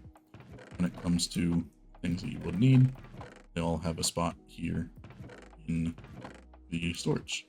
But yeah, if we were to redo it, which we're likely going to do, yeah, those buttons there were originally going to be for on-off switches for the farms individually, but yeah, it's a bit annoying to route all that across the perimeter. So with going along with that, when we do redo this area, it'll likely be more compact, more practical, rather than have it all spaced out like this. It does look nice. However, the practicality of you flying everywhere to turn the farms on and off, then flying between the storages over here to get all that stuff on and off, it's a bit annoying at the end of the day. The deco looks amazing. It's just not really practical in the end. So when we do redo it to make it in a better location and not having 3 ancient cities beneath these perimeters, everything will all be condensed. We get even more farms now that we updated. So there will be a lot more stuff to condense into it. So the farms will be a little bit smaller, it's less, but we will have them all in one perimeter instead of 2 separate ones like this. So that is something to look forward to later down the line when we do get around to updating this stuff. All the farms work still, which is a huge plus. However, it's just not the most practical thing in the world as of right now. So hopefully that can be fixed in the new one. Alright, so for the next project we got here is a very, very unique one that you probably may not have seen ever, and that is the main goal of this farm right here. So here we have our stray farm perimeter, and it is lovely decorated by our super member Quarry. This mountain range looks absolutely insane for the project we got going on here. So it is making use of that biome border bug in quotation marks that Elyrio did find back in the last tour we did. We had the tour with the Enderman farm. So that was actually a biome border bug that we call it, where at the very edge of a border here, so we have a soul sand valley that is bordering a nether waste biome. For some reason, the game really messes up when it comes to spawning those like things like gas and or skeletons like this that only should spawn very few amounts in between. If you don't know what we're probably talking about here, I would go look at the video by Nembomb that explains the 116 nether changes when it comes to mob spawning. Why is the golem getting hit? They're going through the portal. Maybe portal linking changed. Must have, because this was working perfectly fine before. Yeah. So apparently when we updated, this does also look way faster, by the way. There's never been this many skeletons here. So it looks like that this biome border has been like enhanced in a way, because this is way, way, way faster than previously. But it also looks like we have some portals that aren't linking properly, and they are hitting the golems they aren't supposed to be able to do. Oh, it's always the ones with the boots on. They might be jumping out of the snow in the overworld. Oh, maybe. Yeah. So, speaking of the overworld, let's go to the overworld real quick, and we'll show you that side of the farm. If we need to replace some golems, it's not the end of the world. They're really easy to do. We can fix this later down the line.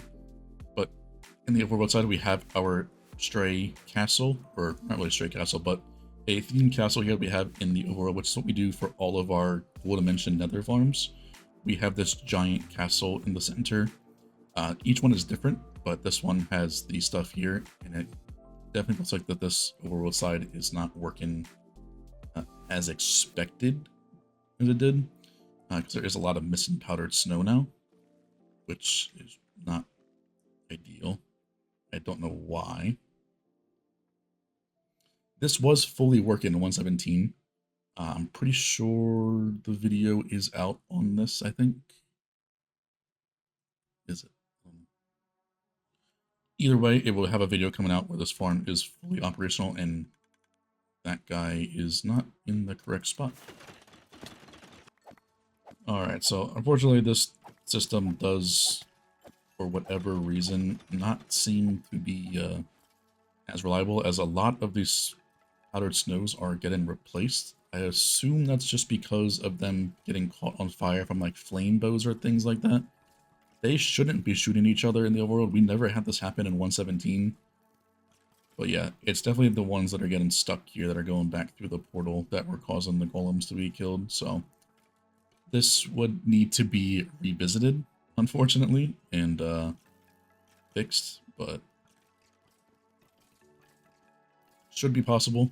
Just need to iron out a couple of things with the skeletons and whatnot, but they would normally fall through the powdered snow, and they would then shiver, and then that way they would create into strays, which then would drop the slowness arrows. I need to turn my sounds down. We also get a lot of arrows, slowness arrows, which are really nice to have. Not really, but useful way to farm them. And then, of course, all of the bones then make their way over to the storage down here, where we have quite a bit of stuff all stored up here. So, really nice way to get these slowness arrows.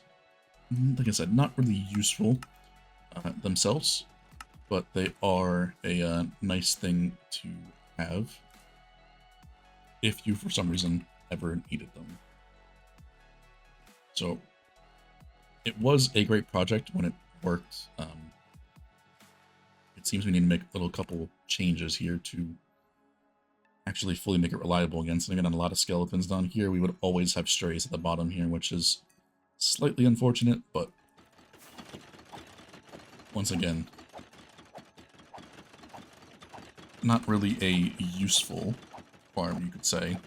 It's a bit unfortunate, but I promise you the farm did work, as you can tell based off the stuff in the storage. We got quite a few shulker boxes of the slowness arrows as well as the bones and arrows. It would also work if you just wanted the regular skeletons. You wouldn't need to add any of the powdered snow, but we need to have a little bit of look at that because there should not be that much missing powdered snow. I don't entirely know what is causing that because we have the block, the solid block above them, so they don't burn in the daylight. But I'm assuming it's because they're shooting each other in flame bows. When you're on fire, apparently it does take out powdered snow, which is a bit unfortunate. So we might need to make a more complicated machine that holds them in place in the powdered snow and then drops them down. But all good. We have quite a bit of slowness arrows to stock up on anyway, so it's not the end of the world if we never run this farm again. Alright, so this next one is a very interesting and cruel one, I guess you could say. But this is sort of based off the fact with the Panda farm from the Peaceful server. But this is also a different variation that doesn't use any minecarts for the pandas to be in, and it's a very cleaner, I guess, layout, you could say, with everything all done and dusted. So we have two wings here. You would, of course, use 2 players if you wanted to run both of them at the same time. But making use of the bamboo, you would then walk through the water stream without your depth strider boots on. You then go down the line here and you breed the pandas. You give them 2 bamboo so it's easier to work with because sometimes the intervals are a bit slow based off, you know, random water and whatnot. So it's not really as predictable. So the easiest way is just to give them 2 bamboo, which does mean we use a bit more than we need to because they eat the second one and then breed with the first one. But then once they are out there, you then pass through this string at the very end. That will then, so here, it'll push the pandas up. That will push the baby into the bottom water stream. And then they make their way down into the central area where they come up this little water stream over here. And then make their way tumbling down into the big central area where we have the processing chamber, where they will then sit there until they can grow up. When you have a constant stream, the babies will then sneeze, which then cause the big adult pandas to jump. And when they can jump, they will then clip the water here and then flush their way over into the actual kill-in chamber here, where you would then have your sword and swipe at them, which you would then, you know, get the extra bamboo that they drop, which is not really anything worthwhile. But the main reason you would make this farm if you were in the peaceful is it was the only way you can really get slime balls. So to craft your slime blocks to keep distance and whatnot. All these pandas here, all 80 of them, are the sneezing panda or the sick panda, where they have a little slime ball on their nose here. That way they create the baby that also has that, and then when the baby sneezes, they have a small chance to actually drop the slime ball. Which in here, I think we have, yeah, not very many. As you can tell, it's not very fast. It wasn't designed to be fast. It was designed to actually just have the farm in mind. So one thing we do need with this farm, of course, is the bamboo to breed the farm. And on the back here, I modified Elyrio's bamboo farm that is usually on a 6 game tick clock to just be a on-demand version of that. So when we pass through on this blackstone pressure plate here, I'm going to just do that for the example here. You will see that it sends a signal to the top module over here, and that will create, because I have 40 spots here, that will give us 40 bamboo. So then once we make our way around the water stream, we will then pick up our next 40 bamboo that will be waiting for us in this cobweb here.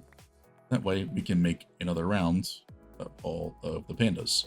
Now it is on both layers. We do have 2 lot, because I do say we do for each layer, of course. We used all 40 bamboo, which is, we could get away with 20, but we need to change the interval in which things are used. So at the bottom, it'll also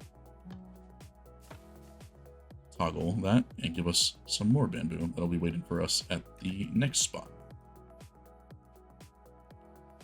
So that is how we're able to keep a constant supply of bamboo going to us. That way we can constantly breed the pandas without needing to do anything complicated with a huge bamboo field and rely on RNG.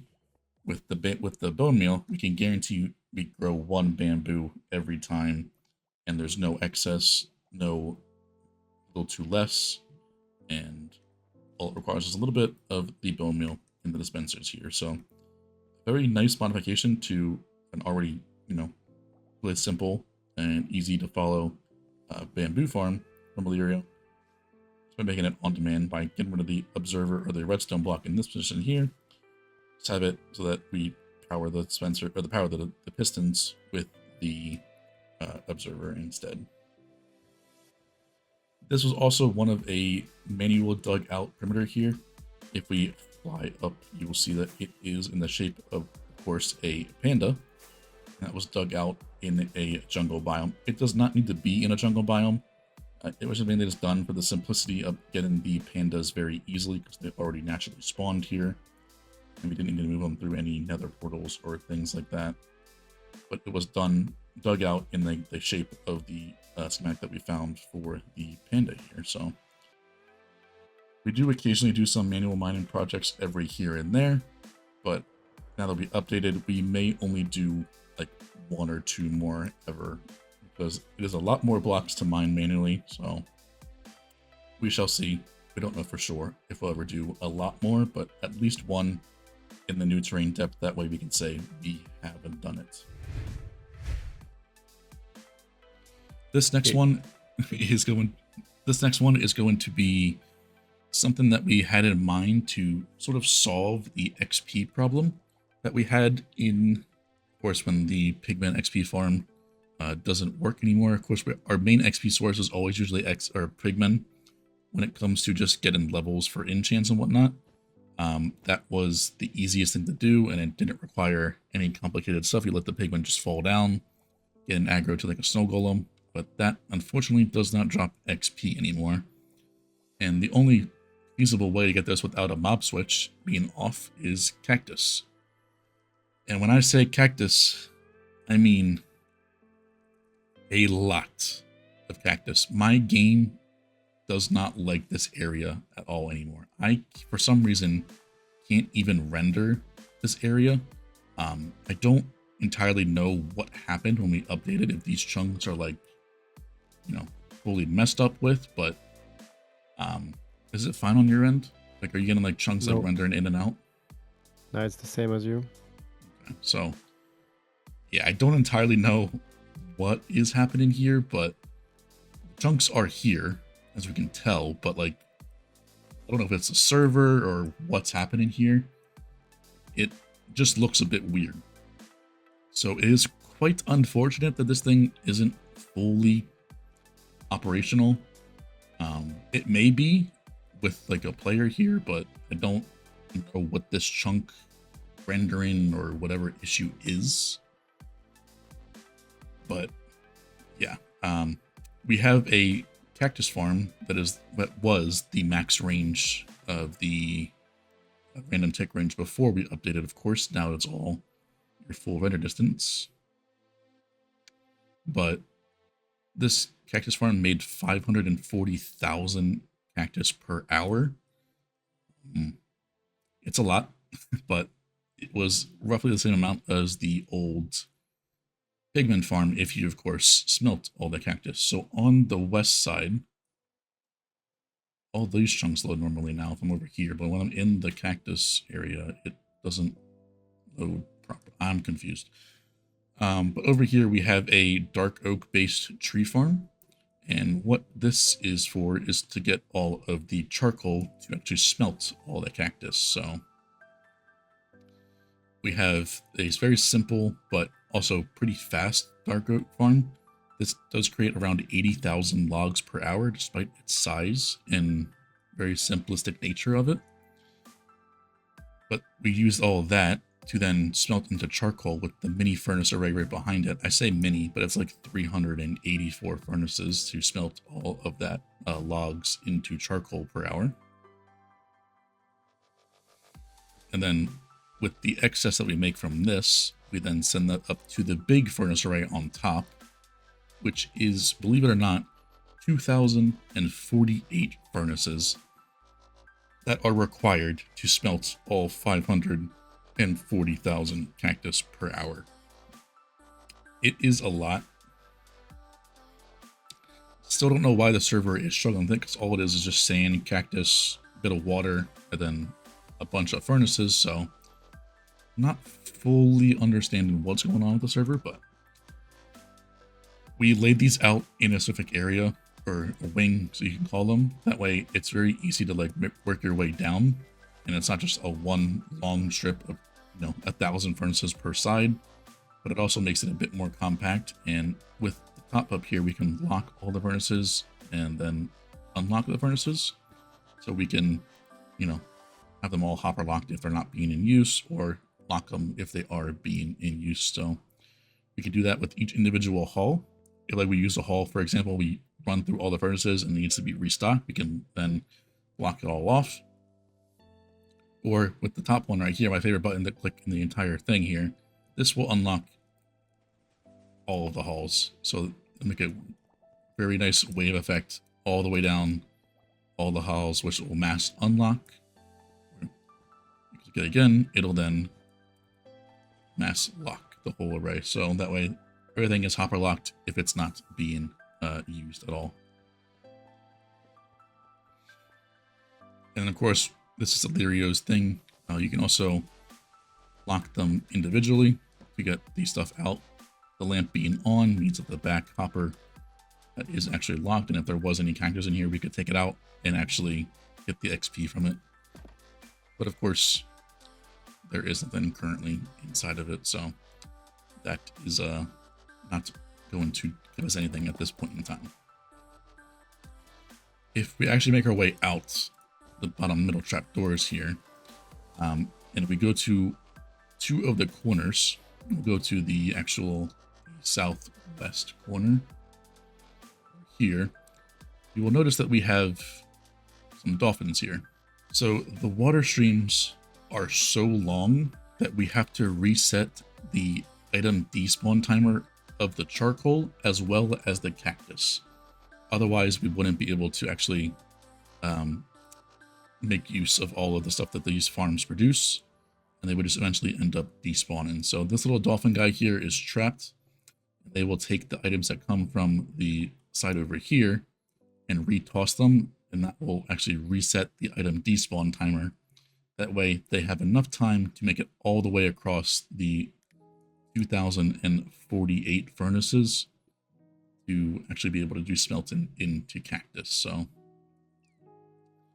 it is a interesting thing that we have such long water streams and giant farms and whatnot that we actually need a dolphin to reset the despawn timer. Otherwise it wouldn't end well, and we would just be wasting so much stuff. It seems to be now that the chunk loading has fixed itself now. At least for me it has. Yeah, it's better. So I don't know if the server just struggles loading this area for whatever reason. This was already preloaded before we visited and everything, but yeah, I'm not fully sure. But we are in the process of making a much smaller and practical one, because this place does get very laggy now that we updated and everything, that all the stuff gets random ticked in range instead. So a more practical one that will be used for repairing and things like that. This still could get used, but it would be very unlikely and far in between that this thing will actually get used. But it's 20 layers of cactus, and it took way too long to make, and I do not recommend anybody to make this size of farm. It gets very repetitive very, very quickly, but huge thanks to Zach that grinded out a huge portion of this farm here. This would not be completed otherwise likely to be the case. But yeah, very interesting and large farm overall, probably one of our largest ones we've ever done, even though it's fairly simple with just being a cactus farm and furnaces to smelt it all. It's just the sheer amount that has been put into this area that makes it just that more crazy overall. So I actually do stand correct. This is actually the most useless farm that we've ever spent any time on. And that's due to the fact that these things actually drop nothing besides a little bit of XP. And because we're not using players to actually dispose of the mobs here, it actually produces absolutely nothing. And that, of course, is the Ocelot. So, but when you see this decoration, you can see right now, it is totally worth it. This is probably probably my favorite perimeter of all time that we've ever made, and it's solely because of the decoration. The floor just turned out absolutely amazing, especially for it being a flat floor, and even from the map POV, I mean, it just looks perfection. I can't get over it. Ever since even making it in creative planning, it looks sick, and I think it even makes it even more better that I actually made it in survival as well, with the gold walls that we have on the side there to complement the floor and everything. So this, of course, is a jungle biome where we get the naturally spawning ocelots. However, there's quite a number of other mobs that do spawn, and those annoying ones being the parrots. So we have these shifting floor based designs here. So these shifting floors are originally from KK. This is a farm design, obviously, for 1.12, when you can get a lot of overspawning with passive mobs. But of course, that no longer works. The farm still works, obviously, it just produces a lot less than it would in a version where overspawning does work. For those that don't know what overspawning is, it is only really to do with passive mobs. Whereas with this one, the mob cap is only normally 10 per single player. With overspawning, if you had a lot of blocks, excess blocks, the spawning algorithm could actually overspawn over that 10 number, and you could even get, like, you know, an unlimited amount of passive mobs when that spawning cycle occurred. I don't know the details as to why that happens, but I do know what it is. So for large farms like Mooshroom farms in the past, you could get a lot more than just the single 10 mushrooms per spawning cycle. So you could get a lot more stake per hour and things like that. And that applied to every single passive mob. Get these spawning pads, because the ocelots drop nothing, if you go right beneath it, there is just a bunch of soul fire that just disposes of them that way, because there's really no point in even collecting the stuff. We could have tried to make conveyors and things like that, but it would have been so complicated for what it's worth. This is mainly just as a proof of concept and showcase thing that you could do if you ever wanted to, I guess, manually gather some ocelots. You can use this thing, just get rid of the soul fire beneath it, and you can get a few of those naturally spawning ones there. But yeah, I would say it's not really practical to make a full 530 block perimeter just for a few ocelots, but decoration looks amazing. I cannot complain, and it of course adds another perimeter to our total count, so that also helps in my personal goal of trying to reach 100 perimeters. Alright, so this one is definitely a well over the top thing that we could have probably ever done. That does not take away from the next one that is even more stupid than this. This one, it takes it up a notch from compared to what other things you would use. So this is what we call our Moss Peri. And this one actually farms the actual moss blocks. And what this does is this is a modified crow moss that has water streams instead of a lot of hoppers and whatnot that actually saves the moss blocks that you get from it. But it also, with a couple hoppers here, it will then be enough to fully sustain itself with Bonemeal. So it functions the same as our crow moss, just harvest the items a bit different. I'm going to put a bot here in place because just in case we tend to crash, it shouldn't happen. I'd rather just be safe here than having to rebuild a crow moss. If you have done it before, you know how sort of annoying it can be to actually do that. But in the middle here, I have an on-off switch. So I'm going to just flick here. So we can actually see the farm in action. I'm going to turn my sounds down again because these things are very, very loud. 3, 2, and 1. You could see how we make over 1.6 million moss blocks per hour with this small single layer 8x8 crow moss. If we just go into CS and go to the water stream output, this is only one side of the farm. The items get split into 2 separate sides just for the sake of item lifetime and the box processors, but on each of the west and east sides, you are getting about 800,000 moss blocks per hour, and for a total of around 1.6 million moss blocks.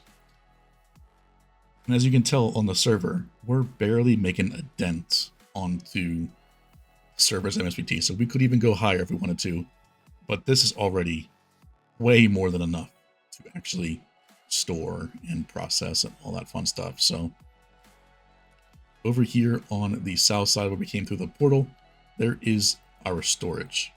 And the storage is a very weird thing you could probably say, but it is a shulker box display. But it's a shulker box display that works opposite to what you would normally do, because the items, those boxes are displayed upside down. I couldn't tell you why I chose this, but it is, I'm pretty sure the Chronos bulk storage for the top section. I'm pretty sure it's the actual redstone bits of that from their quad bulk.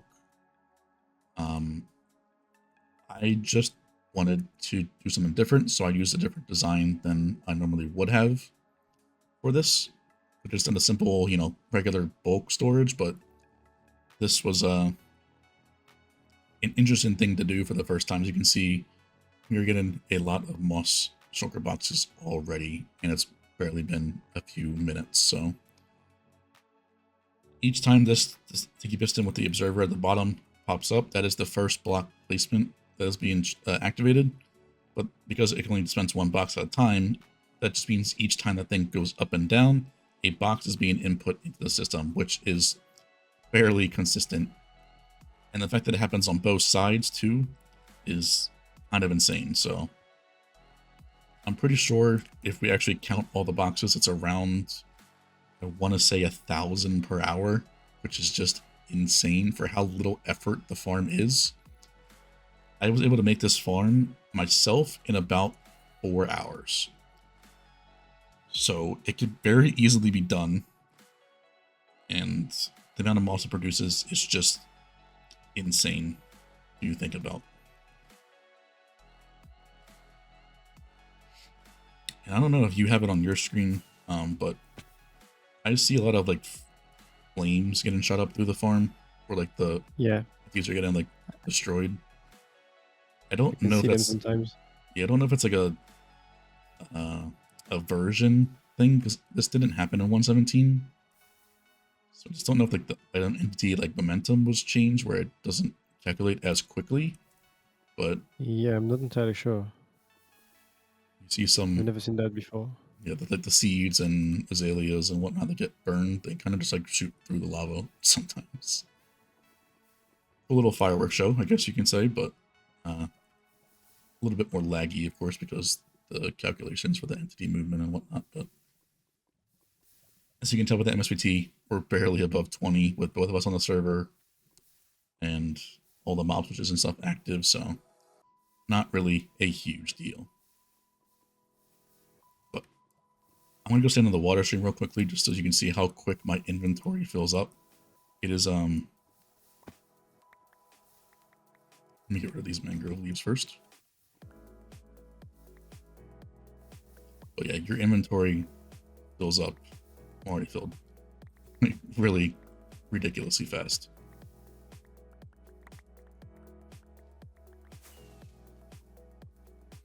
And keep in mind that that is only half of the actual water stream output, because it's the same thing on both sides. So it would be twice as fast if you were getting all of them condensed into one single side. Turn the farm off here. I'm surprised you actually didn't disconnect from the server, which is surprising. I'm also surprised, yeah. But yeah, so to say this farm is insane is kind of an understatement with how much items it produces. But yeah, it's definitely a sight to behold to sit here and watch the countless boxes of stuff being inputted. As you can tell on this side alone, this first slice was filled before we started, and we already have over like 27 boxes of moss on that one side. And then over here, I don't know how filled it is, but the slice is also now filled. I'm pretty sure this lamp was not on when we first got here, so the slice wasn't completely filled yet. So yeah, we probably got almost like 54 shulkers in that time. A very short time we were talking here, which is just a little bit nuts, you could say. All right, now to go off of that, we have the regular Chromos that is not modified for moss. As you can tell, we're in a white perimeter, so that means it's all getting composted into Bonemeal. And it's the same 8x8 farm, but it is stacked 4 layers instead of just a single one. Now, with this getting all composted, a single layer of this 8x8 produces 128,000 Bonemeal per hour. So these 4 layers, if you multiply that all together, is just over 500,000 Bonemeal per hour, which is an insane number to think about. That is all being produced with moss, no mob spawning, nothing. All that is just stone generators, moss getting composted into Bonemeal. So, we originally were going to plan to make a full 8-layer version of this that would create the 1 million per hour. but we very quickly noticed that that's really not possible with our current server specs, and we do have a pretty good server to begin with. It is probably a lot more highly spec'd than what some other servers or personal computers would be. We have the Ryzen 7950X 3D, right? I think so. Yeah, so we have the Ryzen 9 7950X 3D, which at the time we made this computer was the best performing gaming processor that was ever existing on the market. And I'm pretty sure it's the same one that Chronos does also use on there. So you can do a lot and a lot of highly fast or large farms on that server, and it will not really budge. But this one does kind of make it suffer just a little bit. So we're going to turn it on. It might not be for long because, you know, it may disconnect a little bit, so we won't run it for too long in case that does happen. But just know that this thing produces 512,000 Bonemeal per hour. You will notice that the box loader array is a little bit smaller than the last one, but it's also on both sides because this was scaled originally to create 1 million, so the box loader array will be not fully used, as you know, the farm isn't full scale it was originally going to be. So in 3, in 2, in 1, the farm is going to get turned on. Now, we actually haven't ran this ever since we updated, so I don't know what the server MSBT is going to look like, but it is jumping quite rapidly, I will say. But it did run under 40 MSBT on 117 server before we updated, so surprisingly, so far is doing okay. It's actually, I won't say it too much, but it's actually a little bit better than it was previously, even with me on the server. I could get 40 MSBT without me on the server and just the farm running. So obviously, if you know about that, it's less packets being sent to the client. So the less players you have, generally, the better the server will perform. Surprisingly, it is doing pretty good. I cannot lie. Especially the fact that we have all the new terrain beneath us that wasn't there before. I'd say that's actually quite good for the case of that, but we've all seen Chromosses before. Very simple thing, composting all the moss and stuff into Bonemeal, and then that in the output to also sustain itself. But yeah, in the water stream here, it'll be a bit slower, of course, than the moss variant because a lot more stuff needs to happen, and it's not a 1-to-1 ratio, of course.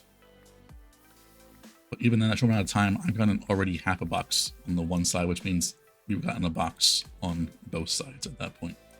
I probably shouldn't waste the Bonemeal because we have actually been running through quite a lot of the stuff when it comes to making some new farms for when we updated now. I'm going to just chuck it on here and let it do its thing. But yeah, we have this different storage here. This is what we could have done for the moss variant, but I didn't want to do the same exact thing as that one. So we have the actual regular Chronos bulk storage here, where we have a little bit over 100,000 Bonemeal currently stored here. This did have a little bit over 2 million beforehand, but we have used quite a bit in very recent times, so this is kind of empty. So I probably should run this at some point, maybe after the tour, to stockpile on some of it. It is just actually not too bad on the server as it once was. So yeah, I'm very surprised you're still actually connected to the server too. Gotta add more layers now. We could probably only add like maybe one more at that point. I don't want to make this 1 or farm 2. ever again. This farm was not fun to make at this scale. It still didn't take, you know, as long as you would think, but it's still like probably like 3-4 hours per layer that you add on to this thing. So Yeah, I don't like building chromos. The worst part is filling the dispensers, I would say, but Yeah, yeah. there's still that one layer of hoppers and whatnot that's a lot of blocks and things to do, but yeah. Uh it's a farm, to say the least, to be. Definitely a farm. Not fun, but you get it there in the end, and now we have endless amounts of Bonemeal that we could use for anything, white dye, all that fun stuff. So very fast farm, and it will be very useful to have this already crafted, not really crafted, but in Bonemeal form, rather than having to craft bones and whatnot into actual Bonemeal. The best alternative is get one of these for the quick access to it. Yeah, the decoration is very simplistic, but it also works very well. Now that we updated, I might go around and place some pale moss around the regular moss to like make it fit a bit better. But I don't know. It's not really needed, of course, but it would just be better for looks in the end. But this is where all of our calcite did go. As you can see on the floor and the walls, there's a lot of calcite there, and getting that in 117, let's just say, was not the easiest of things to do. There's probably about 9 boxes of calcite in this decoration alone, which is all thanks to Rubik that has manually gotten all this stuff for us in here.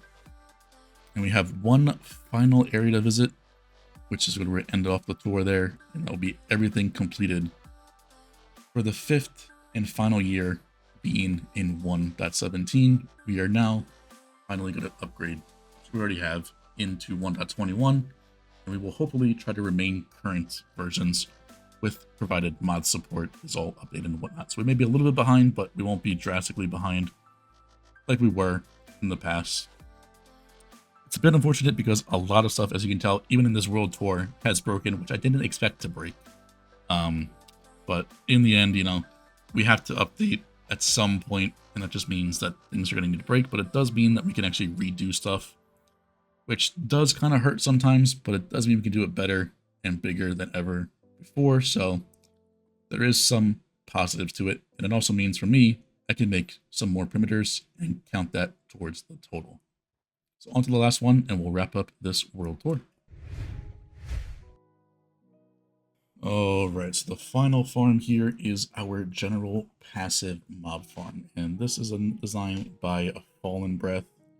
You have seen probably on the TIS server. It is the piggy farm, as they call it, which is sort of what we have going on here.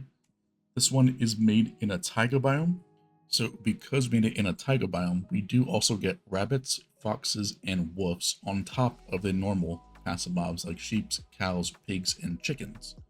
So we get a bit of a more variety of it, which does mean that, you know, some of the farms are slower. But yeah, this one should take probably quite a long time because, once again, the height map has been increased, so we won't be able to run this one for the video. Everything will, of course, be linked in the description down below if you wanted to see this farm in action. I'm pretty sure this video is out already on the YouTube, so if you wanted to see the whole process of making this perimeter, you can see that on the channel here, where we did the full perimeter as well as the farm. And of course, on the other side, we have the storage. So where we just were is where we get to sync the clock, like the Mooshroom one, to the spawning cycle of every 20 seconds. But all the drops are then make their way over to here, where we have them into Leo's hybrid loaders. So we have them where they first go into the top chest in regular item form.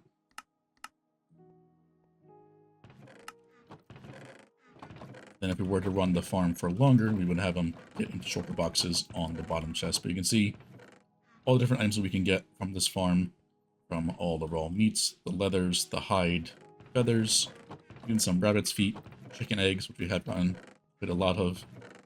And even if we look at the end, we have the wheat and the emeralds, which the foxes can actually spawn in their mouth with. And we also only kept the pink wool keep track of how many of those we have. I don't think we actually got any. Nope, actually we actually got one pink sheep to spawn from the testing time frame. No emeralds in about 5 weeks. So yeah, it's a bit of an interesting thing to store, but it's also nice to keep track of what we got so far from running the farm.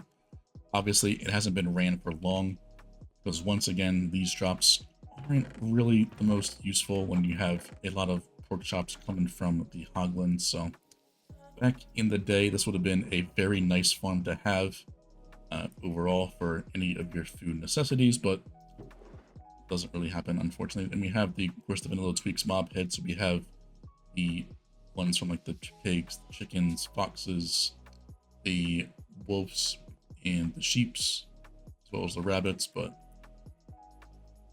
yeah, that's pretty much the only reason you make this farm and run it, if you wanted to have the custom vanilla tweaks mob heads. But this farm is by far one of the most satisfying single dimension farms to watch run. Olin did an amazing job with this thing. If I could turn it on, I will try to. We probably won't get any mob spawning, but I'm going to just try to sync the clock.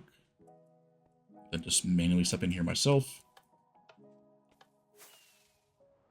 And this should sync it all up. Are you in the middle at all? Yeah. I'm in the middle. Turn the farm on. Should kick into action here. I hope.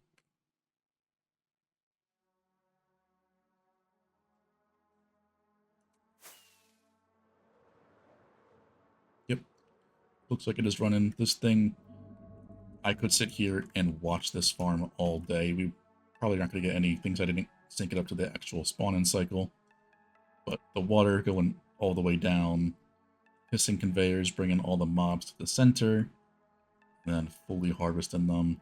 It is a true sight to behold to watch this thing fully run constantly.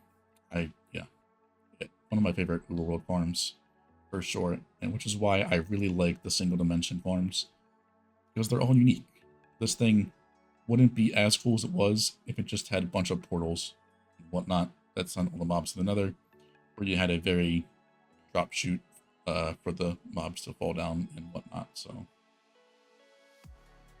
I hope we can stray away from portal-based farms at some point. I know they will be a lot faster and smaller to build and whatnot, but the coolness factor of single dimension farms like this, for me, outweighs everything there. So I hope to make a lot less dual dimension farms if we can avoid it, of course, but not always is that the case. Should be in the shutdown sequence now of keeping the spawning platforms flooded. That way no mobs will spawn on there until you sync it with the clock over on the other side. But yeah, a very nice perimeter overall. The wall decoration looks pretty sick in the end. It was a pain to make because it is actually multi-layered. It has the black concrete on one slice and then all the moss and green stuff on the back. So not the most practical to make in survival, but it turned out great in the end, so I cannot complain.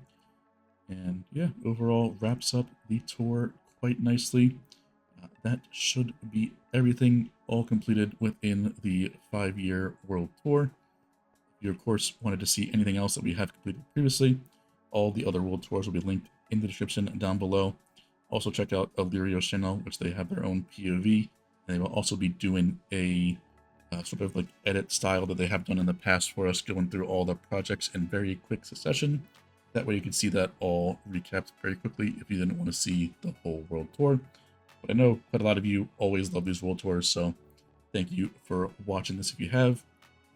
Everything timestamped will be linked in the description down below, as well as all the farms and or videos that have everything, all that you will be looking for if you want to ever make one of these farms yourself. It'll all be down in the description, just like how I always do it for everything. So that's going to do it for this episode. 5-year world tour is finally wrapped up, and I still can't believe it's been 5 years, but now we're on into the 6th year, and hopefully at some point we make it to 10 years. Make sure you like, subscribe, watch the things, and I'll see you in the next one.